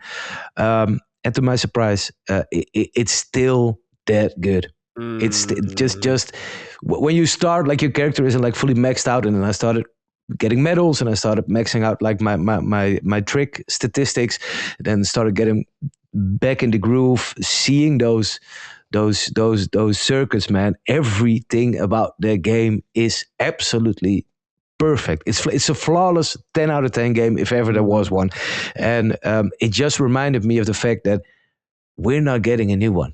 We're not getting SSX Tricky on modern platforms. I don't even need like remastered textures. I don't even need anything. Yeah. I just want to be able for the whole world to play this game and not having to hook up your old PS2 or your PS3 or I don't know, probably backwards compatible on Xbox or something, but still we're not getting a new SSX Tricky and or a new SSX game from EA. And there's no one else like really jumping in to be like, we're gonna do like that early 2000s snowboard era culture, wild everything. Yeah. So yeah, sort it out to everyone not making a snowboard game, and sort it out to EA for keeping SX tricky. And there's probably a lot of licensing here or whatever. I don't care. Just sort it out, man. I want to play SX tricky on a normal console. And I want the rest of the world to have like immediate access to it, so we can all buy it, and someone's gonna see that and is gonna make a new, like, dope snowboard game. And that's never gonna happen, unfortunately. So sad. Sort it out. Yeah, that's a great one. I've only really played the first 2 SSX games, but I really did like them. Same. Yeah. And they were great. So it is a shame that they're just not available on modern hardware legally in any way. So yeah, sort that shit out, dude. Like you're saying, just give me a straight port, whatever. It's fine. Yeah, it doesn't even need to be like there's great remasters out there, and people like doing the Lord's work and getting old classics back and polish them up. I don't even need that polish. This game does not need that polish. And we did get SSX 3 and the rebooted SSX and something like World Tour probably, but it never like hit like Tricky. Yeah. And I don't know, man. That game, if you would release like a game. Or if you would release SX Tricky tomorrow on like PS Plus, Premium Plus, Super, whatever the service is called, I fully believe it's gonna sell millions. Yeah, I hope so. Could be wrong, but I think it's gonna sell millions. Do it. Get it out there. I wish people would just do more ports, man. You know, the for sure. Prince of Persia: Sands of Time. Like, it didn't need to be a remake. Just port it. Port it, man. Just port it. You know, I don't. That's why I'm glad Square Enix at least ports their Final Fantasy games. At least, At least that's why I'm not so desperate for a Final Fantasy IX remake. We got the port for it. I'm happy with that. Mm-hmm. Port Silent Hill 2 or port Silent Hill games. Port, just port them. You don't have to remake them. You don't have to do a whole Suikoden remake and just ruin shit or whatever. Just port it. Make sure it looks fine. And sometimes that's really hard too with the fucking GTA and everything. Yeah. Raisin wrote in, said, "Howdy, Summoners. I like to issue a sword out to myself. I've said many things about Expedition 33 fans, but I have since discovered an even more toxic fan base. Holy fucking shit. You Life is Strange fans are fucking crazy. You beg for a Max and Chloe sequel. You get a Chloe prequel. You get Life is Strange 2, but you hate it because it's not Max and Chloe. You get Life is Strange True Colors, my favorite Life is Strange game. Y'all shit over it because it's not Max and Chloe. You get Max and Double Exposure, but you hate it because it's not Don't Nod. Finally, you get a reunion, a game I'm personally looking forward to. Max and Chloe are back. Suddenly, it's a cash grab. What the fuck do y'all want?" In closing, as a normal, well-adjusted Life is Strange fan, I'd like to issue a formal apology to Expedition 33 fans. I didn't realize how toxic the Life is Strange fan base is. Then I went on TikTok. That was a mistake, number one. Please forgive my ignorance. I'll talk shit on all of you, so you don't gotta apologize. I'll make fun of all of you fan bases. It's a good one, though. Yeah, Life is Strange, dude. I guess it's a crazy... I mean, most fandoms are fucking insane, and I can't stand them, so that's just the way it is. That's like the Final Fantasy VII fandom, all the remake and shit. Like, dude, yeah, the Final Fantasy VII fandom is awful. And I love those games. Yeah. All right. I'm wondering where is he finding Life is Strange fandom? He said TikTok, I guess. So I don't know. Oh, that's why I'm missing it. Yeah, probably. Yeah. All right. This is the from the Diddler. Sorted out, you goalpost moving clowns who don't even play games. Fable finally showed that you don't have to play as the default character model we saw before. That's a win, right? Apparently not. Now you've shifted straight to whining about Black and Asian NPCs. Spare me the it's not historically accurate garbage for a game called Fable, a fantasy series with fairies, magic, and talking doors. Be serious. You're just fucking racist and no one loves you. Damn. Some of y'all are crying about the original character models. Move on already. And now you're using AI to make the character beautiful, pretending it was some one-click miracle. We all know it took dozens of tries before you got something you felt brave enough to post. Funny how none of you mentioned the resources that stuff eats up. Wasn't RAM being expensive supposed to be a gamer concern? For you, of course, it isn't. Because let's be honest, you don't actually play games, you just complain about them. Lastly, you don't have to read this on air. Just a quick message for Gene. Gene, do you want to read this yourself or should I read it? Sure, I'll read it. Private? Yeah, Diddler. Thanks. My prayers are with you, Gene. You're always one of my favorite people to listen to. Not just LSM, but everywhere. Your takes, humor, and honesty have always been something I've respected. I recently lost a friend due to heart failure. I'm sorry to hear that. And I never got to say goodbye because it was so sudden. That sucks, man. I'm sorry. I've been there before. I have too many friends that I couldn't get to say goodbye to. Fortunately, I did have friends that I have said goodbye to. My really good friend Krista, she had breast cancer.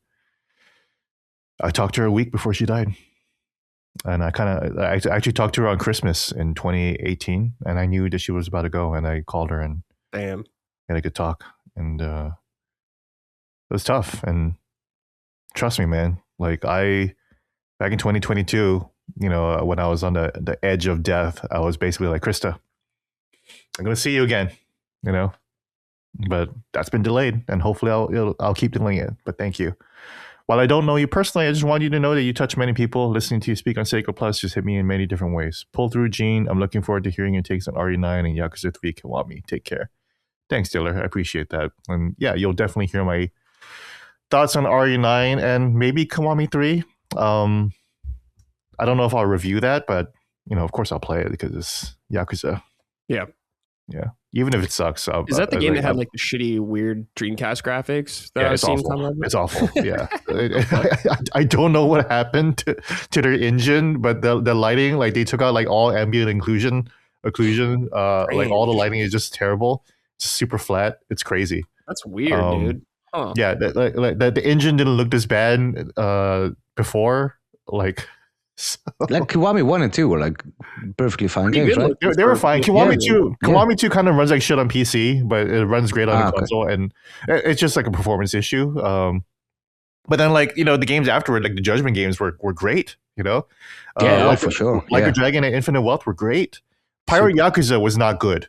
The lighting in that one was weird, and for some reason, I remember booting that up, and I was like, "What the? This looks so weird." I thought why it is was this so washed out, right? Yeah, it's weird.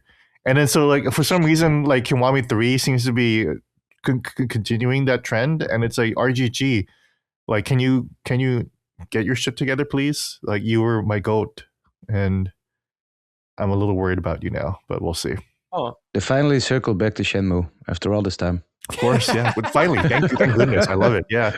So that's why I don't even mind the ugly graphics. It's like, dude, it looks like Shenmue now. It's awesome. I love it. Yeah, Shenmue, dude. Yeah. But then, the antagonist of Yakuza 3. Yakuza 3 is a game I only played once. It's the game that I played that I know the least, and I have not finished 5. That's my only blind spot in the Yakuza series. It's my favorite one. Yeah, it's so fucking long. That's why it's like, oh my god, it is. I love the story. The story starts out amazing. So I need to finish it. I keep bumping into things, but it's really really long. Yakuza 3 wasn't my favorite, but I think I've grown to kind of miss it. So I'm looking forward to getting into Kiwami 3. 5. Sure. This is the one with the baseball, right? The baseball team. Yeah. Oh man, that's 4 protagonists, I think. Yeah, there's a lot. Oh, 5? Yeah, 5 is the one with the baseball team. Yeah. And Haruko the pop star. So yeah. Okay, I remember that. Yeah, that was a long one, dude. 5 different cities and 5 different characters, dude. When Yakuza 5 came out, like I was so desperate because it was not US. It was not released in the US for a while. So I was like, oh yeah, was it still one of those? Yeah. Yeah, it was one of the. I think it's like the last game that was Japan only that I really really was like jealous of, because I grew up in the 90s and we were always jealous of Japan getting all these awesome games. Mm-hmm. The Sega Dreamcast basically just being shafted for all the great Japanese games that we never got out here in the West. And Yakuza 5 was, I think, the last game that was released in Japan only that I was like, God damn it, man! Like, why isn't it releasing here? But I finally did, and I just never got to play it because it's like 5 cities and 5 different characters. One of them is a pop star. One of them is a whole baseball thing. It's crazy. Yeah, it's insane. Yeah, I might maybe during my hospital stay, I think I'll boot up Yakuza 5. Boot it up. Sure, it's a good time. Yeah, boot it up. It's so good, man. So good. All right, boys, keep it up. The exact opposite stuff we're pleased with in gaming. Simon, anything you're pleased with right now? Yeah, and I kind of shot myself in the foot by starting this podcast and immediately mentioning Jeff Keighley and Highguard. Mm-hmm. we've talked about it a couple of times already, but and no idea what Hygar is going to do. My original keep it up was Jeff Keighley, because by the time people are listening, they know if the game was good or not. But I love it, and let me be like naive here for a bit. Maybe he's like promoting Hygar like extra to like maybe he thinks if this game fails and people will give me shit for putting it at the end of the show. I don't even know. Yeah. So but let me be naive and just assume this guy played a game and he loves it, and I really like seeing people that when they love something, like they love hard, and that's what he's doing, man. The guy rarely like tweets, let alone tweets like 10, 20 times about the same game, actively fucking hyping it up, and I can't. Just like Gene said, it's so easy to hate these days, and that writing we just got as well, like people just bashing on shit, and the only reason I'm getting through that shit is because I know that isn't real. Like the most people that are like feeding off and engagement baiting and whatever, they don't actually like feel that way about most of the things they complain about. Whatever, they're just looking for a next buck to make. But I love to see when someone's just unapologetically hyping something and loving something. And like I said, let me be a little naive and assume there's no hidden agendas or whatever. And just seeing this dude, like with probably the most reach out of everyone in gaming on this side of it, just being happy that a game exists and that a game is coming out that he likes. So, but yeah, we kind of covered most of it. So let me give you an extra keep it up to just Marathon coming back from wherever the fuck they were like 6 months ago, and now actually building hype in a great way, and can't wait for that. So keep it up, both of them, Jeff and Marathon. Yeah, I'm excited for Marathon. I pre-ordered it. Oh man, Definitely play it. Hype is back. Yeah, I love the art direction in it, and I know the whole joke about the art stealing and all that kind of stuff, but I do think the game looks really cool visually, really good. Insanely stylish. Yeah, Gene, anything for you? Not really. I think. That's fine. You don't have anything. Yeah. I guess keep it up to Naoki Hamaguchi, who's been relentlessly promoting not Resident Evil, Final Fantasy VII Remake re-release on Switch and Xbox sometimes. But like he was just in New York, and I kind of wish I was there. Well, I'm really glad that I didn't go, because I feel like travel would have been so stressful and nightmarish. He just got to New York. He got to New York just in time before the storm hit. But yeah, he was all the way up in New York just to promote FF7 Remake. That's crazy. Dude, he is always all over the place. I'm like, how the fuck are you directing this game? You're like constantly traveling, man. It's insane. He's all over the place. Yeah, he's a man about town, and a really nice guy. Him and I are the same age, actually. Yeah. Even though I got to talk with him a little bit. He was really cool.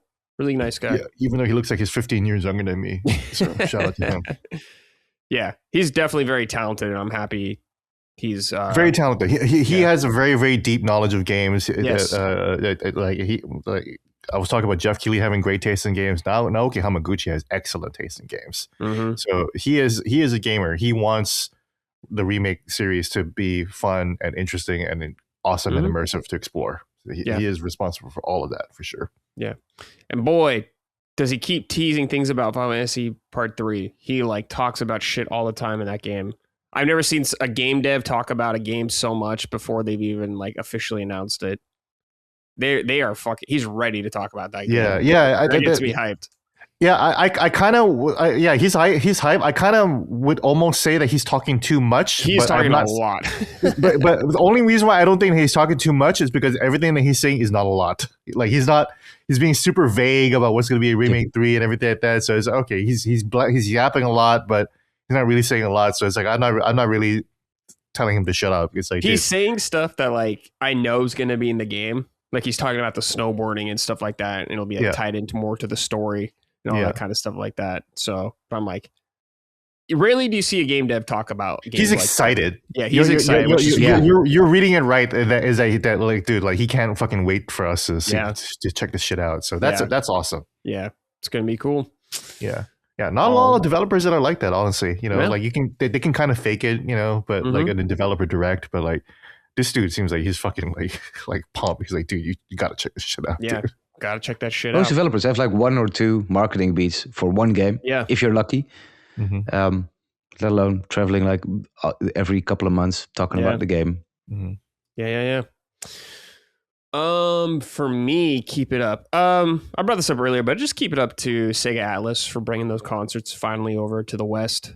Oh, that's cool. I know a lot of people are really happy about that. Square Enix has been doing stuff like this for years, which has been really cool, but just having Persona finally here in the United States. Only in LA right now, so hopefully they'll hit more spots in the US later, but it's cool. They had a lot of singers from the games out there for 3 and 5. Really fun time. Good shit. Also, Persona fans, not really stinky, which is good. You know, you never know what you're going to get with the fan base. They might smell or whatever. I will say, though, some of them were very cringe and annoying. Other than that, though, good. All right. This is from Bring Out the Olives. Keep it up, Lockmort. I've been watching his RE2 remake streams, and this guy is genuinely hilarious and fun to watch. Go sub to his channel. You know what? I think Lockmort is streaming Highguard right now, actually. I think he was going to play it right now. So if you want, Lockmort, he streams on YouTube pretty frequently. His is Lockmort. What's his YouTube? Lock Plays. So if you want to watch him on there on YouTube, he's over there.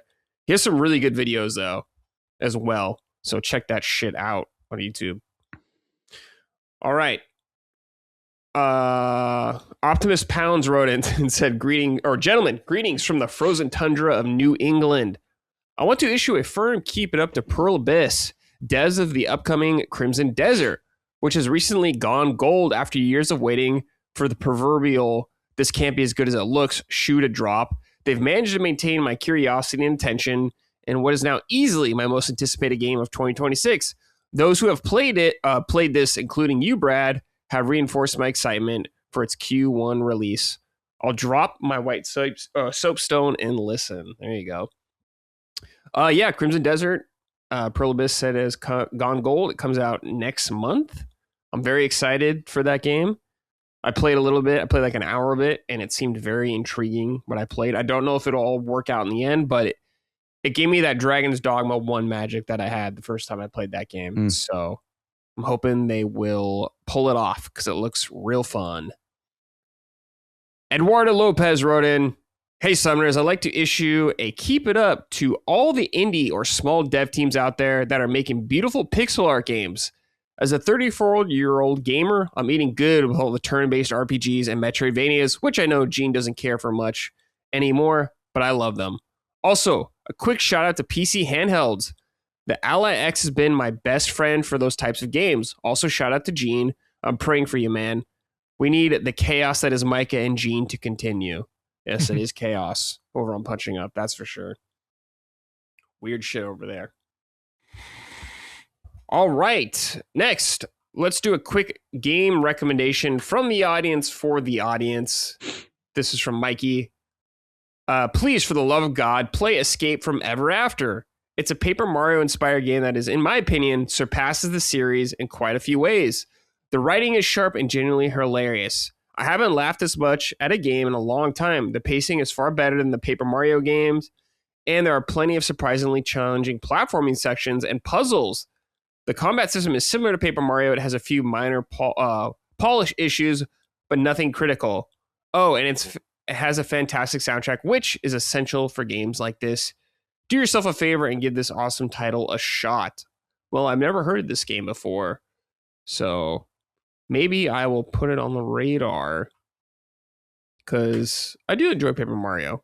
Ever After, or Escape from Ever After. When did this come out, dude? 20% off on Steam right now. It's on Switch. $20. What's it called? Escape from Ever After? Yes. Yeah, it definitely looks like Paper Mario. Looks very charming. Wow. Oh, it came out very recently, 3 days ago. Well, there you go. That's probably why I never heard of it. It does look cool, dope, though. Yeah. Okay. Well, it's on Switch as well and PC. I don't know if it's on anything else. So if you're interested, check it out. Oh, it looks like it's on PlayStation at least, too. So there you go. Cool. All right. Simon, I'm curious about this, dude. 2XKO. this is the League of Legends fighting game that finally came out. It's been in early access for a while, but I guess it's officially out. Before we get into your impressions, and all that kind of stuff, Liam talks about Road and said, "What's good, my summoners?" Tips Fedora. This game goes out to the man himself, Simon, with his game this week, 2XKO. I barely know anything about the game thanks to the stench of Riot Games, but I have been contemplating playing it since it's free and looks stylish. How's the game been? And as someone who mains Street Fighter, but 2XKO takes some getting used to for a Chun-Li fart smeller like me. Damn, you're a Chun-Li pervert, huh? I don't blame you. But yeah. I saw this question come up, and it's an interesting question because I think, thanks Liam for writing in. I think I was probably in pretty much the same spot he's in right now before deciding to try it. Street Fighter player myself. I've always played competitively since Third Strike. Same for Dead or Alive. I play Tekken and Soul Calibur at least once a month with buddies coming over from back in the day. Hell yeah. Played millions of hours of Tekken, still suck at it. Really fucking weird. I will never be good at that game, but we and I play a lot of fighters and different fighters on like different levels. But I've always shied away from the tag team, Chaos, Marvel vs. Capcom, those kind of games, or the Guilty Gear. The last one, I think it was Strife. Yeah.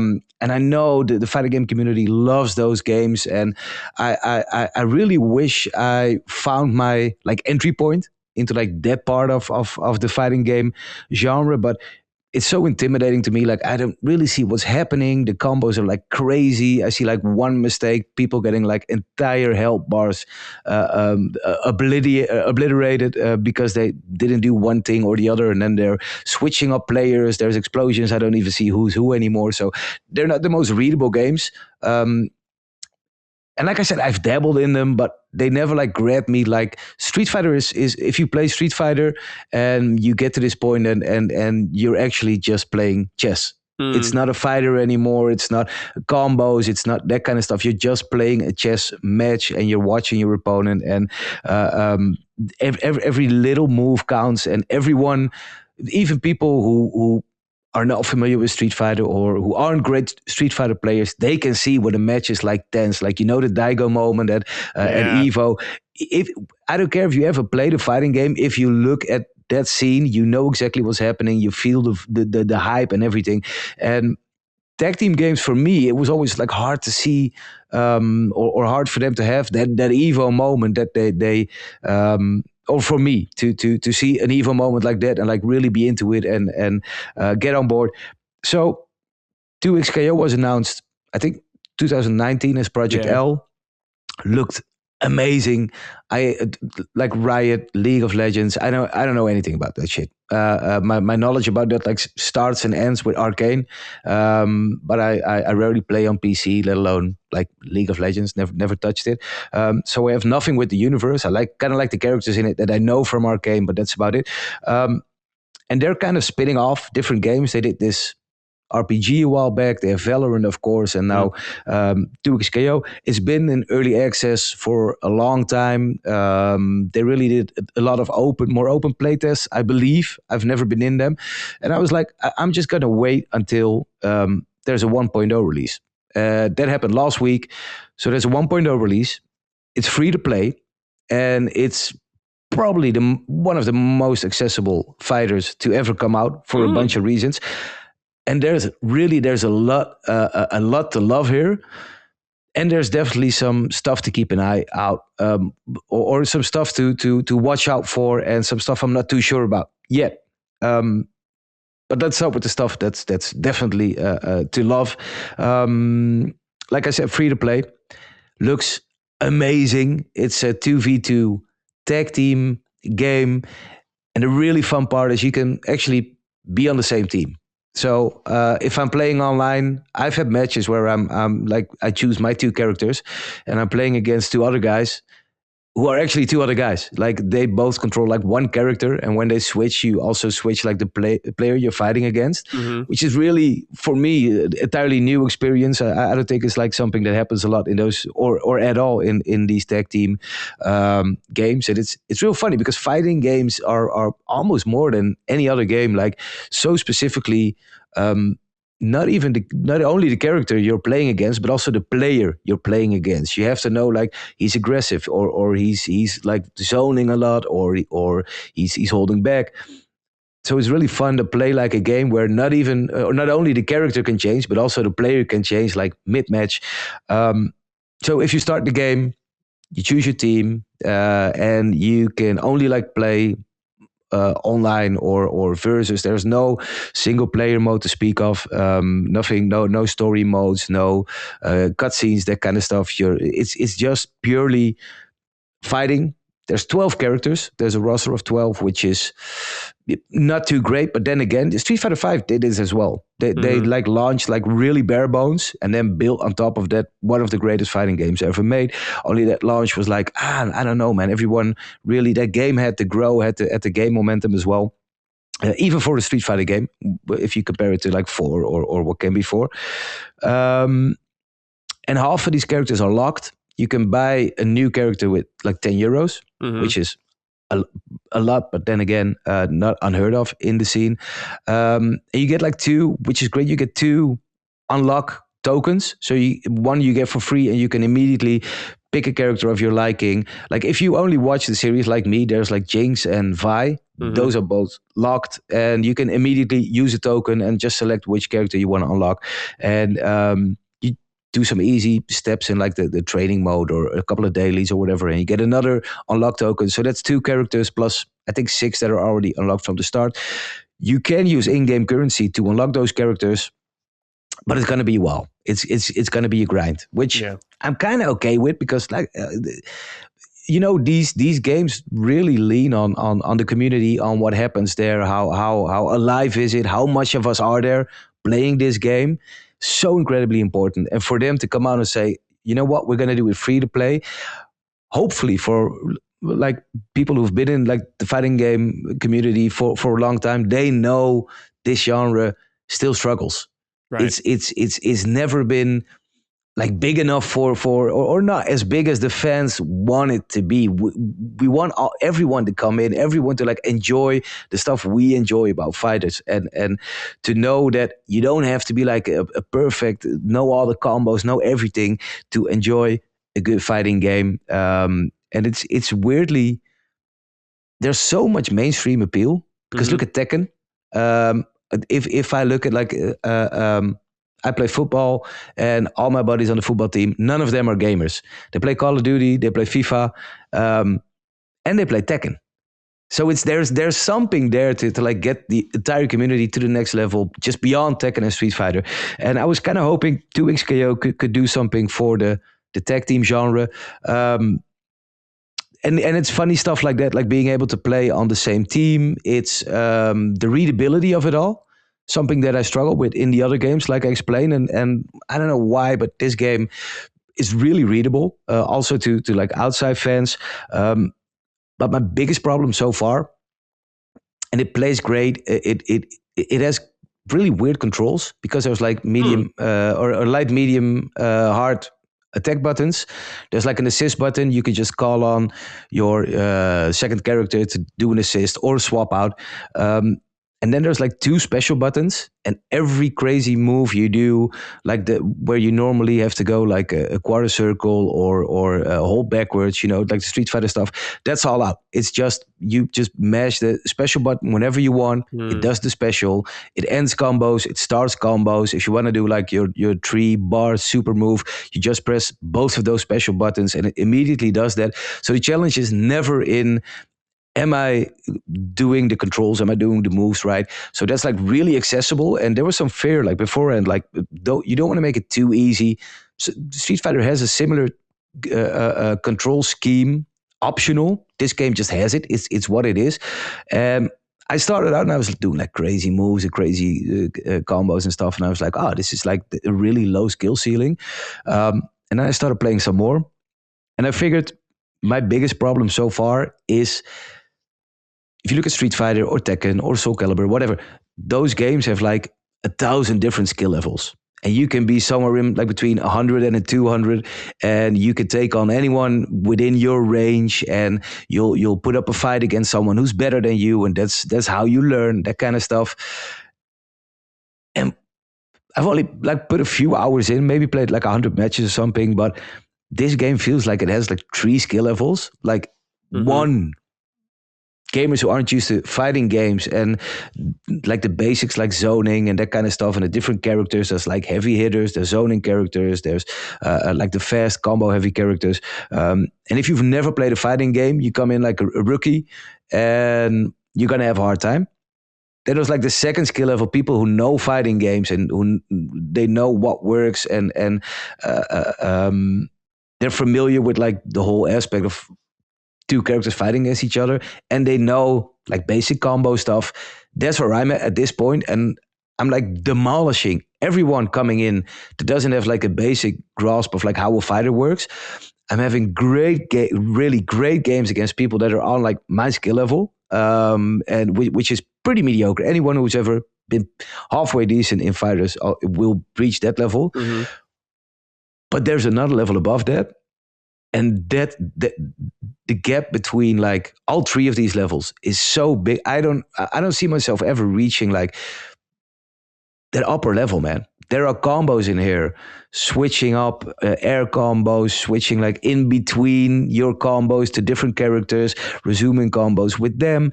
I've been trying, because there's a pretty decent like training mode. You can go through all the combos just like you'd want to. You have like expert or basic combos, advanced combos, expert combos. Once you get to the expert combos, man, they're on screen. Yeah. You can see them. I know which button is what. I'm not even doing like half of these like successfully. I've nailed 0 like even in training mode. And sometimes you come up against people that know these combos, and like the match starts, I get hit once and it's over. They completely destroy like both my team members, and I love it that it's like easy to pick up, hard to master. But I would have loved it more if there was like a more gradual growth possible. Because for now I'm on like level 2, and getting to level 3 is going to be so hard for me, and I'm not sure yet if the game has its hooks in me enough to keep on grinding and keep getting to that level. But with all that being said, for a tag team fighter, it's super accessible, and the free to play thing, man, for Liam writing in, just give it a go. I think as a Street Fighter player, there's like I said, there's a lot to love here, especially if you play against people your own skill level. It's going to be great, and maybe you are one of those guys that can make it to like the next step and do the crazy combos. And I'm really curious how this game is going to be received now that it's officially out. There's some balancing issues with some characters, but I'm really curious if this game has legs and where it's going to go. Yeah, I'm curious. Is this going to be at EVO? I think so. I'm not sure. This year. I think so, yeah. Might be. Because it just came out, so I was curious. I forgot. They announced their roster a little bit ago. I forgot what they were having on there. But very cool. Gene, you enjoyed some fighting games. Do you have any interest in checking this out? No, I fucking hate Riot games. There you go. Okay. So 0 interest in checking this out. Don't care if it's good. I don't like the way Riot Games characters look. I don't like the way they sound. I don't like League of Legends. I have a mask by Akali from League of Legends, like a face mask, because it looks fucking cool. That's literally the only thing that I like from Riot Games. That's it. Do you hate like Riot Games, like as a company, or just the stuff they? I don't know anything about them. I never played those games. So I don't like their games. So okay, she doesn't like their games. Yeah. A fighting game about league characters I don't fucking care about. Okay, that's it. Like, like, not saying that the game is bad. It looks great. A lot of my friends who love fighting games are into it. But part of it is that I'm not really that into fighting games anymore. I thought that Virtua Fighter 5 Revo, like being re-released, would like really get me into, because I'm definitely like a Virtua Fighter guy. So I thought, because I've trained for Virtua Fighter. You need to. Yeah. I was competitive. And then when I picked it back up again, I played against another player who's like pretty good, and I was pretty good. I ran like pretty good stats against him. So I was like, okay, maybe this will be my Evo run. And then I started to train, and I was like, I don't like this anymore. It sucks. Yeah. So yeah, nothing about 2XKO like even remotely interests me. Cool graphics, but don't care. Guilty Gear looks great too. I don't want to play that either. Yeah, fair. No. I don't really know. Even the Marvel game, Marvel Tokon. Kind of don't care. Kind of don't care. Again, so that's the level of I don't care about fighting games. If it's Street Fighter, yes. Fatal Fury, the Fate of the Wolves came out. I played it. I didn't like it. So it's like for a fighting game to do something, it's got to be either really really unique or interesting, or be Street Fighter or Virtua Fighter. That's about it, though. Like, do you know what it is that or why you dropped off? Is it just something you grew out of, or I don't want to learn I don't want to learn one character for a year and that's it. You know? Yeah. Like I'll play Smash Brothers. You know, so I've definitely like slid back into like the casual mode of fighting games, and you know, Street Fighter is near and dear to my heart. Everything Street Fighter, but even then, I haven't played that much Street Fighter 6. Honestly. I don't even have the latest season pass, so that's how checked out I am for fighting games. When Virtua Fighter 6 come out by RGG, then I'll check it out. Given the way RGG has been acting these days, now it's starting to get me a little worried, but we'll see. But I do know RGG are passionate Virtua Fighter fans, so and what they've shown off is excellent. So I'm really really excited for that. But other than that, though, like 2XKO is definitely like the way down the list because I don't like Riot Games. I don't like the way Riot Games characters look. I watch Arcane. I think Arcane sucks. So wow. Yeah. I love it. Oh, I love Arcane, man. Yeah. I don't like Arcane. I don't like the characters. I fucking hate them. You know? Yeah. So that's about it. Like Jinx or whatever, I don't care. Like awful character. If you like it, I'm not saying that they're bad characters like objectively. No. I understand what you mean. Right? It's just you're not down with the vibe, the style. and I'm not down with the style. I'm not down with the presentation. I'm not down with the writing style. Any of it.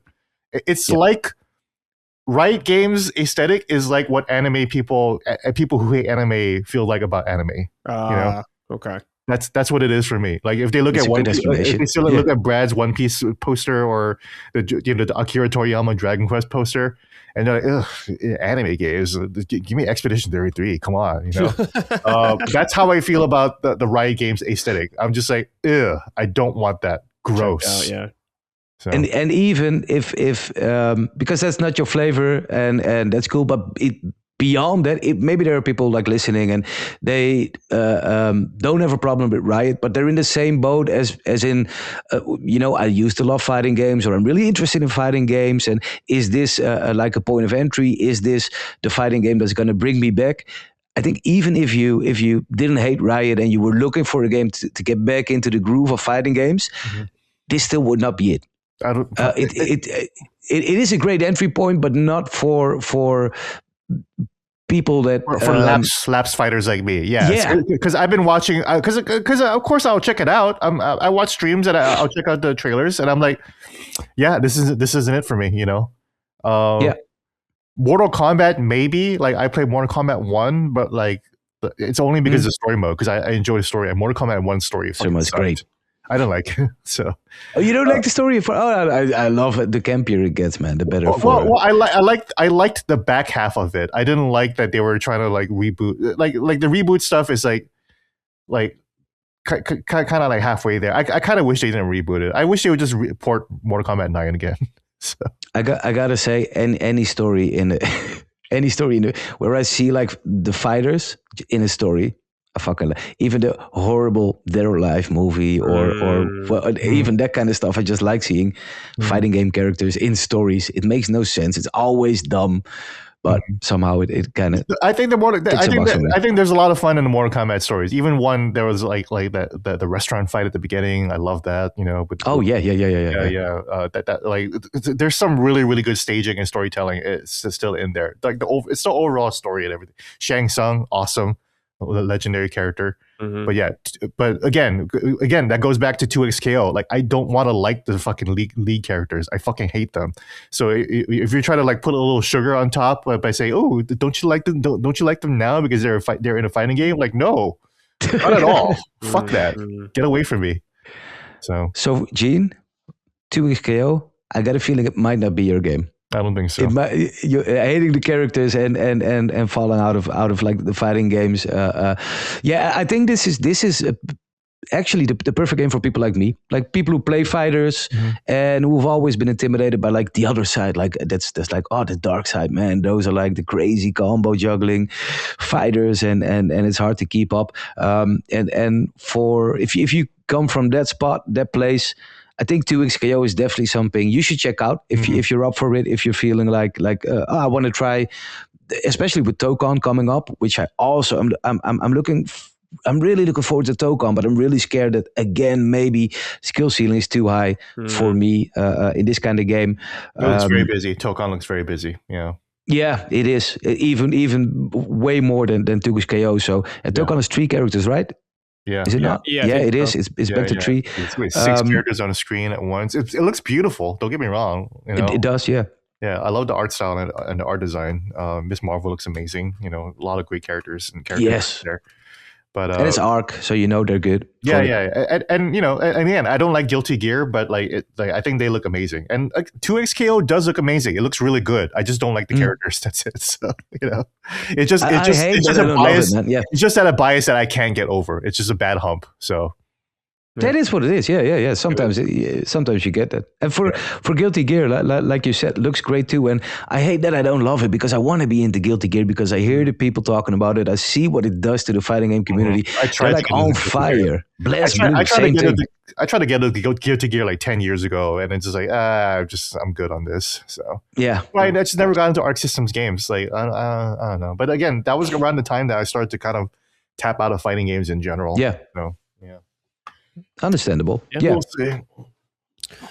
All right. Let's end this show with some write-ins from the audience. If you want to write into this show, I post a thread every Saturday on our Patreon calling for your submissions, so keep an eye out there. This is from Paul Gasol.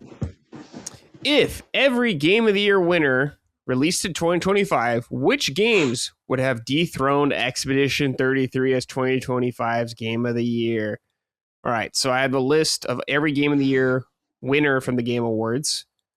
Which one of these games would have dethroned Expedition from winning this year if it came out as well? Are you going to go like one by one and we have to say yes or no? Yeah, we can do that. I'll list one game and you guys think if it would dethrone Expedition 33 or not. Okay. Dragon Age Inquisition. No. Absolutely not. I mean, look, man, I like all these games better than Expedition 33. Damn. Like I don't think Dragon Age Inquisition is a better game than Expedition 33, which is credit to Sandfall for making such a solid game in their first round. But you know, if you gave me a choice, I would still have more fun with Dragon Age. So. Yeah. Well, which one do you think would win though over it? I guess like if it was up for nomination with the panel where people. Well, again, you know, we want to talk about games media slop. Then I think Expedition 33 will win against all of these, except for, you know, maybe Breath of the Wild or maybe even. But I'm not even sure about Elden Ring now at this point. But yeah, I mean, let's keep going. Number 2, The Witcher 3. No. Yes. I think Witcher 3 would beat it. I think so. Oh, when it came out, I think it could take it. Yeah. Oh, Witcher 3 would beat it. Yeah. I think. Yeah, I think agreed. Witcher 3 is a legendary RPG. When it came out, yeah. This one's interesting. Overwatch. When Overwatch came out, it was king of the castle. It was on top of the world. It was fucking dominating everything. But trying to if it came out released in now, 2025 though. No, yeah, not if it at came all. out in 2025 now, I don't know if it would. Yeah. I never played Overwatch. I have no idea. All right, well, there you go. I try to play Overwatch, you know, like I just got done bitching about Riot games. You hate Blizzard characters. Blizzard is like one tier like below them. Like in art direction? Damn. I'm not I don't like our Overwatch's art direction. Damn. Either. Right. I think it's corny. I played Overwatch. I liked Overwatch quite a bit. I like the monkey. Yeah, I mean the monkey's great. And cool. Diva, the Korean mech driver, I love her. But that's about it though. Tracer's cool, I guess, but whatever. All right, Breath of the Wild. God damn it, it better win. But Yeah. Yeah, I would hope so. God of War 2016 version. that would be I think God of War interesting. would lose. You think it would lose to it? Yeah. Because Expedition, the hype was so big, and people love God of War, and it's an amazing game. Yeah. But If it came out in people went 2025, so hard though, for Expedition. Yeah. coming out in 2020, if it released in 2012 is a tough choice because like all these games are old or influential, Yeah. Like God of War is I just got done. God of War was helped inspire FF7 remake. So I don't know. I mean, God of War is a better game, but again, I just think that I just think the Jeff Slop Awards loves Expedition 33. So Sekiro. Expedition 33 wins. Probably. Yeah, As much as it pains me to say. Yeah. Because Sekiro's a fucking incredible game. Sekiro's fucking perfect. Yeah, I choose Sekiro over Expedition. I would choose every day. in a heartbeat. Yeah. Yeah. Again, all these games except maybe Jeff. Overwatch. As you said, the Jeff Slop. Yeah. Last of Us Part 2. It's the same game. That will win. Expedition 33 and Last of Us 2, they're the same game. Last of Us would take it from Expedition. Yeah. It Takes Two. I think Expedition would win this one still. Expedition will win. Agreed. Yeah. Yeah. Elden Ring. Genius, you're shaking your head. I think Expedition with 33 will take it, man. I really do think the Jeff Sloff brainworms has taken over. I believe Elden Ring would take it. Yeah. I think people will be like, oh, but Elden Ring doesn't have Jennifer English, though. It doesn't have Ben Starr or Charlie Cox. It does have Jennifer English, actually. Oh, it does? I think there's a character that she voices in it. Oh, that's right. Yeah, there is a character, yeah. No Ben Starr, though, that I'm aware No Ben of. Starr, yeah. So there No you Charlie go. Cox, I think if you look at because there's a couple of ways to look at this question. Like, what if Elden Ring came out in 2025? What if Expedition came out in like Elden Ring's year? Mm-hmm. If you look at it from perspective, like which hype was bigger amongst like the entirety of like gaming journalism? Yeah. They went so hard for Elden Ring, man. Yeah. I was one of them. But they also went hard for Expedition, so this is going to be tough. I think it's ridiculous when I see memes of people debating what's the game of the decade, Elden Ring versus Expedition 33. I saw that, Gene. It's Game of the Generation, Elden Ring or I think that is ridiculous. I do not like Elden Ring, and I know it's without a shadow of a doubt the game of the decade. Yeah, and I don't even like it. Yeah, it is ridiculous to even compare those two. I think you people are crazy. Yeah, you guys are crazy. You guys are actually crazy. Yeah. Baldur's Gate 3. Me personally, I like Expedition 33 better. Oh, right. No, gee, come on. No. Oh, no. Baldur's Gate is for me, Baldur's Gate is so fucking good. I really liked it a lot. That might be the best game on this entire list for me personally. Yeah, you could argue it. Sure. It's the only game I haven't finished on this list. So yeah, I can see the argument for sure. Tough call. Here's a take that'll piss people off. I don't like Baldur's Gate 3 because I just call it Mass Effect on steroids. Why would that piss someone off?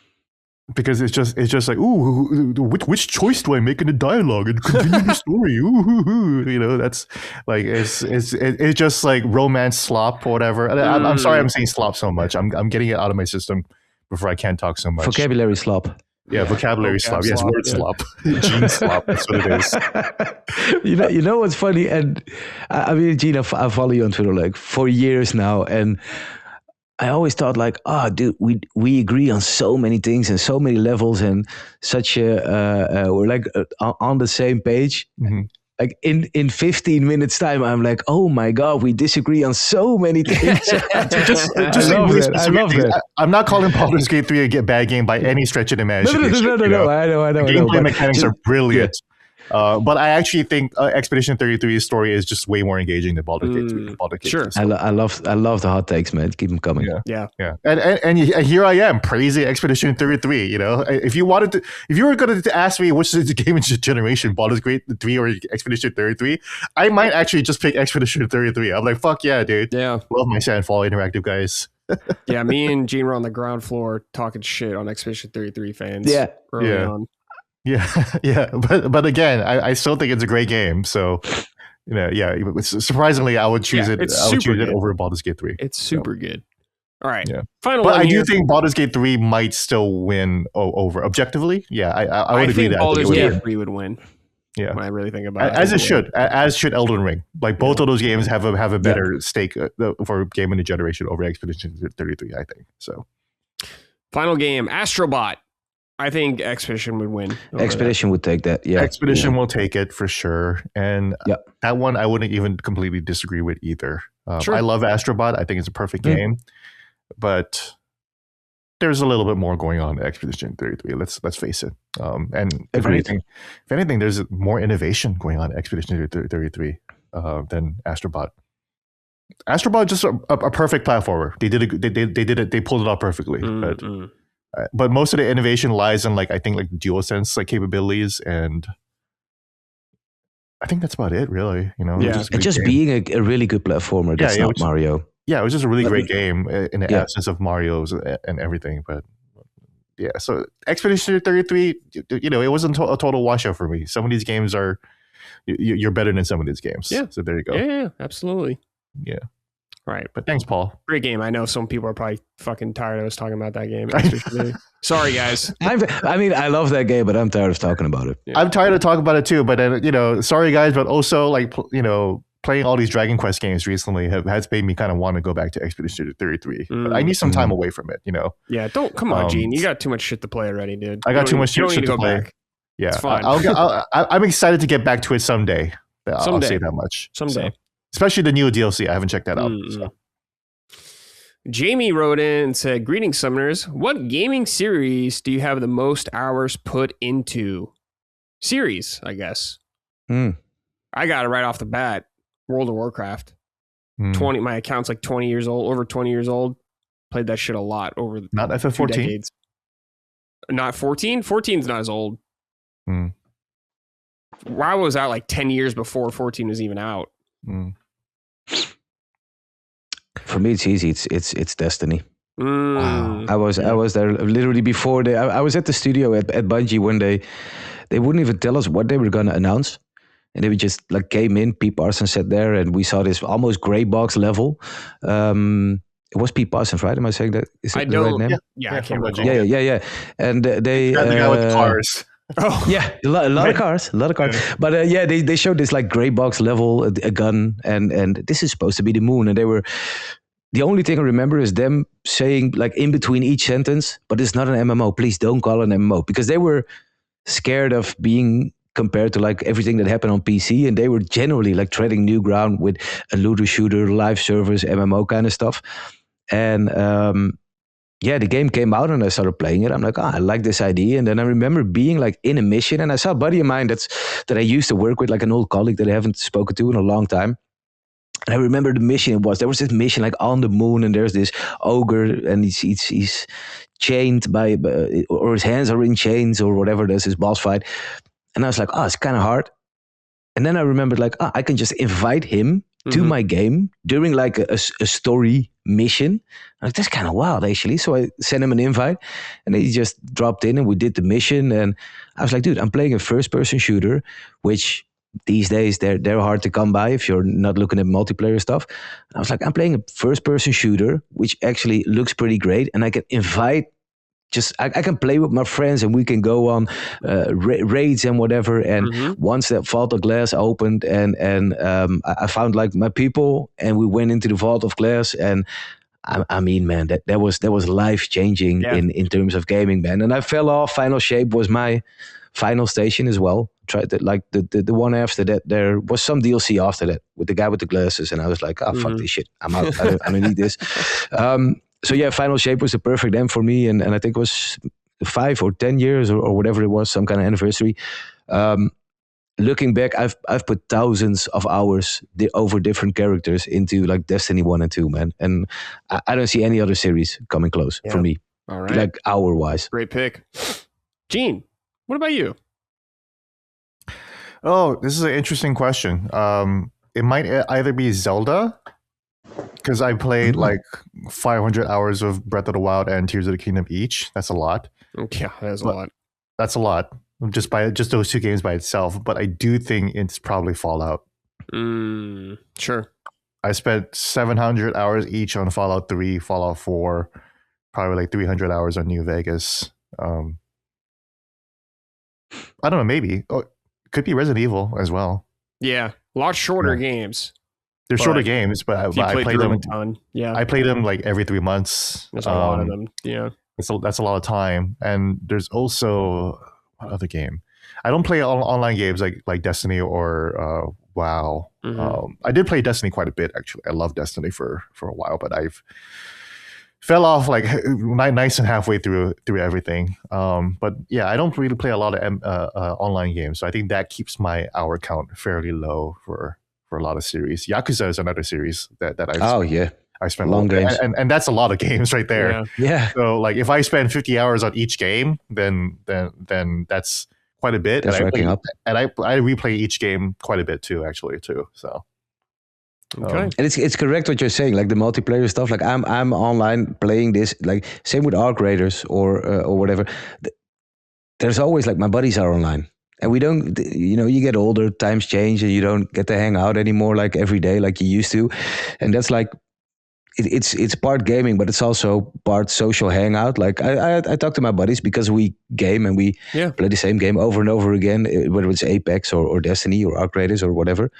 So that definitely helps putting in those hours. Yeah, Fortnite was my last online game that I played a ton of, actually. Splatoon also, like maybe Splatoon counts, but Fortnite is the last big game that I was really involved in. And I played a lot of that, but I don't think it got past like maybe 500 hours. Like maybe I played maybe like 200, 300 hours of it, but yeah. All right. Final write-in here is from JP. Hey, Summoners. I've never played a Resident Evil game. As big fans, what makes the franchise so special to you? Do you think the series can continue on indefinitely at its current development pace, or do you think it will eventually hit a point where it's time to move on? Thanks for all you do, and shout out to Gene. You've made a lasting impression here at LSM, and we'll all be thinking of you as you go through another battle with cancer. All right, guys. Gene, what makes Resident Evil special to you? I could talk about the game mechanics, the level design, how good it feels to solve the puzzles, how good like a lot of the shooting feels, even back in Resident Evil 1 and 2. I always remember, I never forget pointing up on the shotgun as a zombie approaches, and then you hit fire, and then you hear that old PlayStation 1 splash, Yeah. Just so you just see buckets of pixelized blood, and you're like, "Oh yes, this is real gaming." I've been playing that all day. It's still so good. The original ones, yeah. Today, yeah. It's been so long since I played them. I should get them on GOG, but I think for me, what makes it so special is that no other game makes me feel as powerful. I think. If video games are real power fantasies, and they are, we like to level up. We like to have high skill based level games. We like to get the next power up and everything like that. I don't think there's any other series that encapsulate that feeling so satisfactory than Resident Evil does in such a short time too. Because these are short games. So but then it's like the pressure of the horror at the beginning, and to be able to fight back by the end is like so immensely satisfying that I don't get in literally any other series. Like you play God of War, you're already strong. So there's no, the power fantasy is that you're strong immediately, right? Zelda, it's not really a power fantasy. You're exploring and you're having fun. Right. RPGs, you're leveling up, so it's a grind. Like, and that feels good. It's fun. You're playing Assassin's Creed or Witcher, you're grinding and you're getting the next armor. Awesome. But it feels very like incremental, It's like, a little drip feed. In Destiny, you get a little gun that gives you a little bit more power up and say, okay, cool. I got a better gun. I'm going to sit with this gun for like a couple weeks and then move on once I find another one, right? Like it's always like kind of drawn out or extended, or there's always like steps in between like the power levels. Whereas in Resident Evil, like you are like powerless and you have no bullets. You're dragging your legs and arms at the beginning of the game. 4 hours later, you have a rocket launcher and you're fighting like this building-sized monster, and you're gonna win. And you have no problems. You have everything you need. You have all the skills and the knowledge you need. You understand the level. You understand the gameplay. You understand Resident Evil 4. You understand how to play Resident Evil 4. now. You start from the village in Resident Evil 4 panicking and aiming all over the place. Oh my god. Just running away all the time. Yeah. You have no information, you have no real like sense of place or anything like that. Or by the time you're playing it again, you're like, okay, hit the knee. Okay, he's gonna grab the knee. Okay, go up there and high kick him in the face. Okay, now he's bent over on his knee, on both knees. I'm gonna go up there and suplex him. Like you become John Wick as you're playing the game. So like the skill level is fast and furious and immediately rewarding. That's, I think, why I play Resident Evil games so much, because I feel stronger than ever before, and it's just the way it delivers the power to you is so satisfactory and very, very quick. Yeah. What about There's you, no Simon? leveling up in Resident Evil. You're not going to be like, oh, I killed a zombie. I got 50 extra points. Now I'm level 2. Yeah. What about you, Simon? What do you like about Resident Evil? Dude, you can't expect me to follow up on this, man. Gene fucking... I have some thoughts, but Gene fucking nails exactly what it is and exactly what... Sorry, I forgot the name of the person writing in, but... He's basically asking for like the what's the core that makes Resident Evil interesting, and it's exactly as Gene said. Like I said, I've been today I've been playing like a lot of Resident Evil 1, and this weekend like Resident Evil 2, and these games start out and I was like, shit, man, and especially 1, I was like, Jesus fuck, I chose Chris. Who has like 1 inventory slot. Chris is tough, he has 6, but that's like not even close to enough. I'm like, how many zombies can I shoot? And I'm like, oh, fuck me. I have like, you don't even start with a gun. Right. Your first zombie, in every other game, you're supposed to shoot the first enemy or jump on this Goomba's head or whatever. This zombie's like, okay, I'm going to eat you. So you just turn and walk away. And that's the way Resident Evil lets you know you're not the fighter here. You're not the hero. You don't it's even a have really a gun important. in 1, That's a really important start to the entire series. Starts with a zombie that you could possibly beat with your knife if you're lucky, but it teaches you, just as the first Goomba in Mario teaches you to jump on his head. This first zombie teaches you, dude, walk away. Run away. Trust me. Just walk away, and then you get the gun, and then you get like You're ammo. Not going to this fight, yeah. No, and if you go back to that zombie and shoot him, because he's in the dead end of a hallway, he's still alive in my game, and I'm like halfway through, never going back into that corner again. But even when you get a gun, you get a couple of bullets, you can maybe take out 2 zombies, and that's it. That's your bullets gone. And if you find new bullets, fine, but you want to keep them in your inventory slot, and you don't have a lot of inventory slots. The point I am now, I'm just past like the plant 42 in Resi 1, which is about halfway through the game. I'm walking around with a shotgun. I didn't even lose any bullets on like the snake because you can walk past him. That kind of stuff you know when That's you play, right. You can walk when you right finish past the game. Yeah. Yeah. Juke the snake. That's right. Yeah, and I'm walking around with a shotty, and I'm like, dude, whatever. 1 room, 2 zombies, pop the shotgun twice, blow the brains out, exactly like Gene said.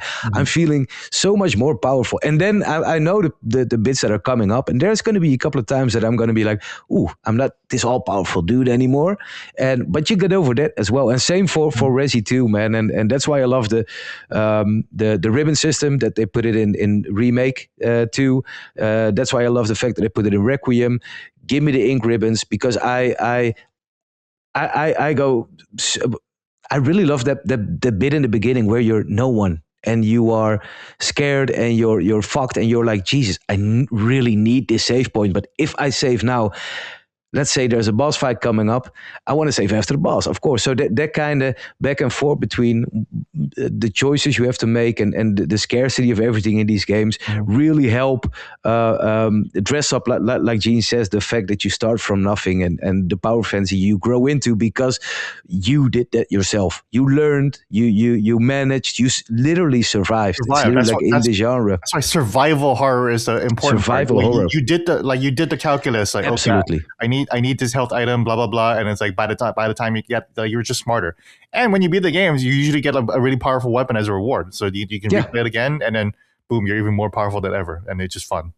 It's exactly that. And last bit, he asked about like can Resident Evil go on in perpetuity forever? Right. This series keeps reinventing itself, and there's going to be shitty Resident Evil in the futures, and there's going to be good Resident Evil in the future.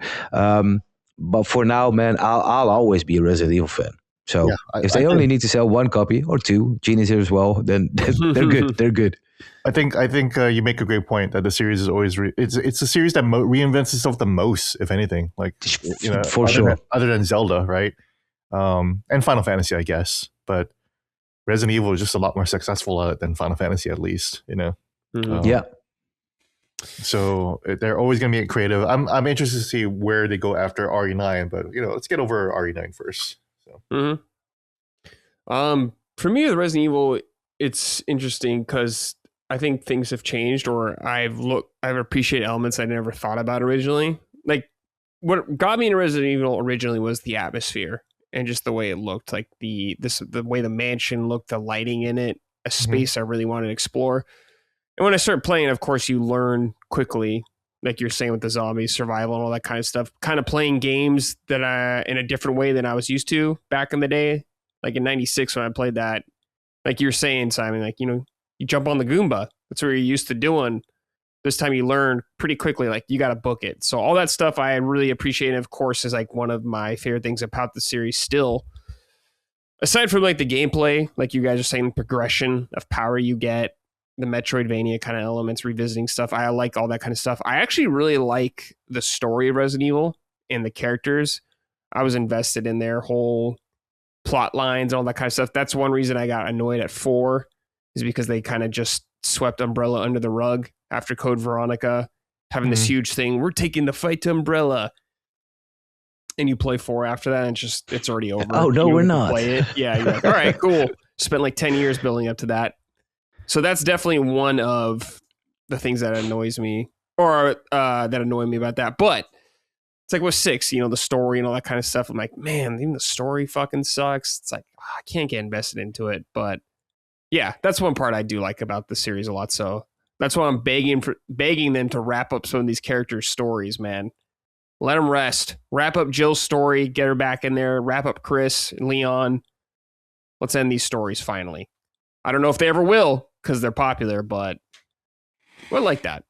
But Leon's going to be hard to get rid of. For some reason, they have a hard time bringing Jill back. But yes, we can't end the characters without having one more time with Jill. It's you have to have one more time with Jill. Jill and Chris together. 1,000,000%. Not even one more time, man. Like I think she deserves like a couple more games for fuck's sake. They could, if they're going to use her. Yeah. I just need closure for those characters. What do they feel? What do they feel introducing like new great characters? Do I think I don't they know the have? answer, but I would love it. Yeah. I think. Yeah, but they don't really succeed. It's always Chris, Jill, Leon, and they have Claire. They have Claire. Sorry, yeah. They need more Claire. Claire could come Ethan's back. Story's over actually, so I was happy they actually wrap someone's story up. Apparently, Ethan is done. And Ethan gets a lot of hate. I love Ethan Winters. Yeah, Ethan's great. Yeah. I like Ethan. I think he's fine. Yeah. Same. Yeah, I think he's funny. He's hapless. I think he's just the dad, dude.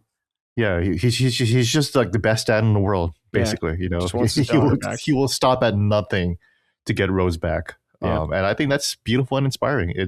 He's very a very simple character. Yeah, and that's what you need. You don't need characters with like all this deep lore and like movies and everything like that. Sure. Yeah. Yeah. All right, boys. Resident Evil, man, so good. Yeah. Boys, we're done this episode. Thank you both for joining me.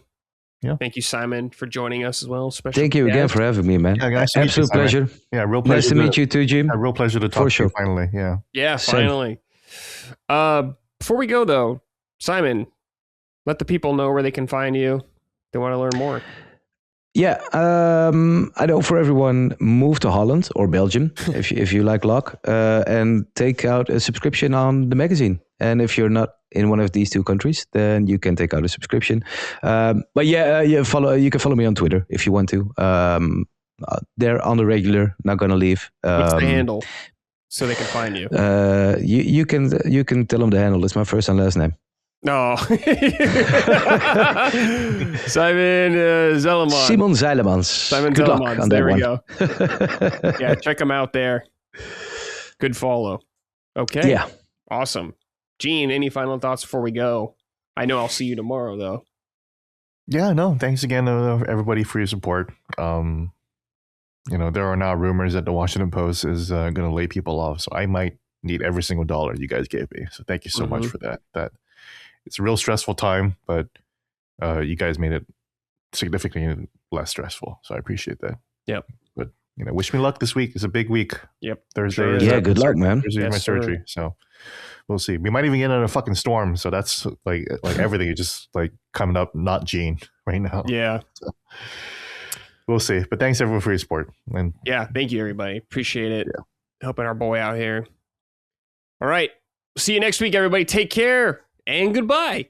Summon Sign is a product of Last Stand Media and Colin's Last Stand LLC and is proudly recorded in the USA. The show is written and hosted by me, Brad Ellis. The show is produced by Dustin Furman. All of Last Stand's theme music is by Ramon Narvaez. Summon Sign, along with the rest of Last Stand's media shows, are fan-funded on Patreon at patreon.com/laststandmedia. The following names are at the producer level on Patreon, our highest tier, and we are grateful for your kind contribution and generosity to our independent endeavor. Thank you.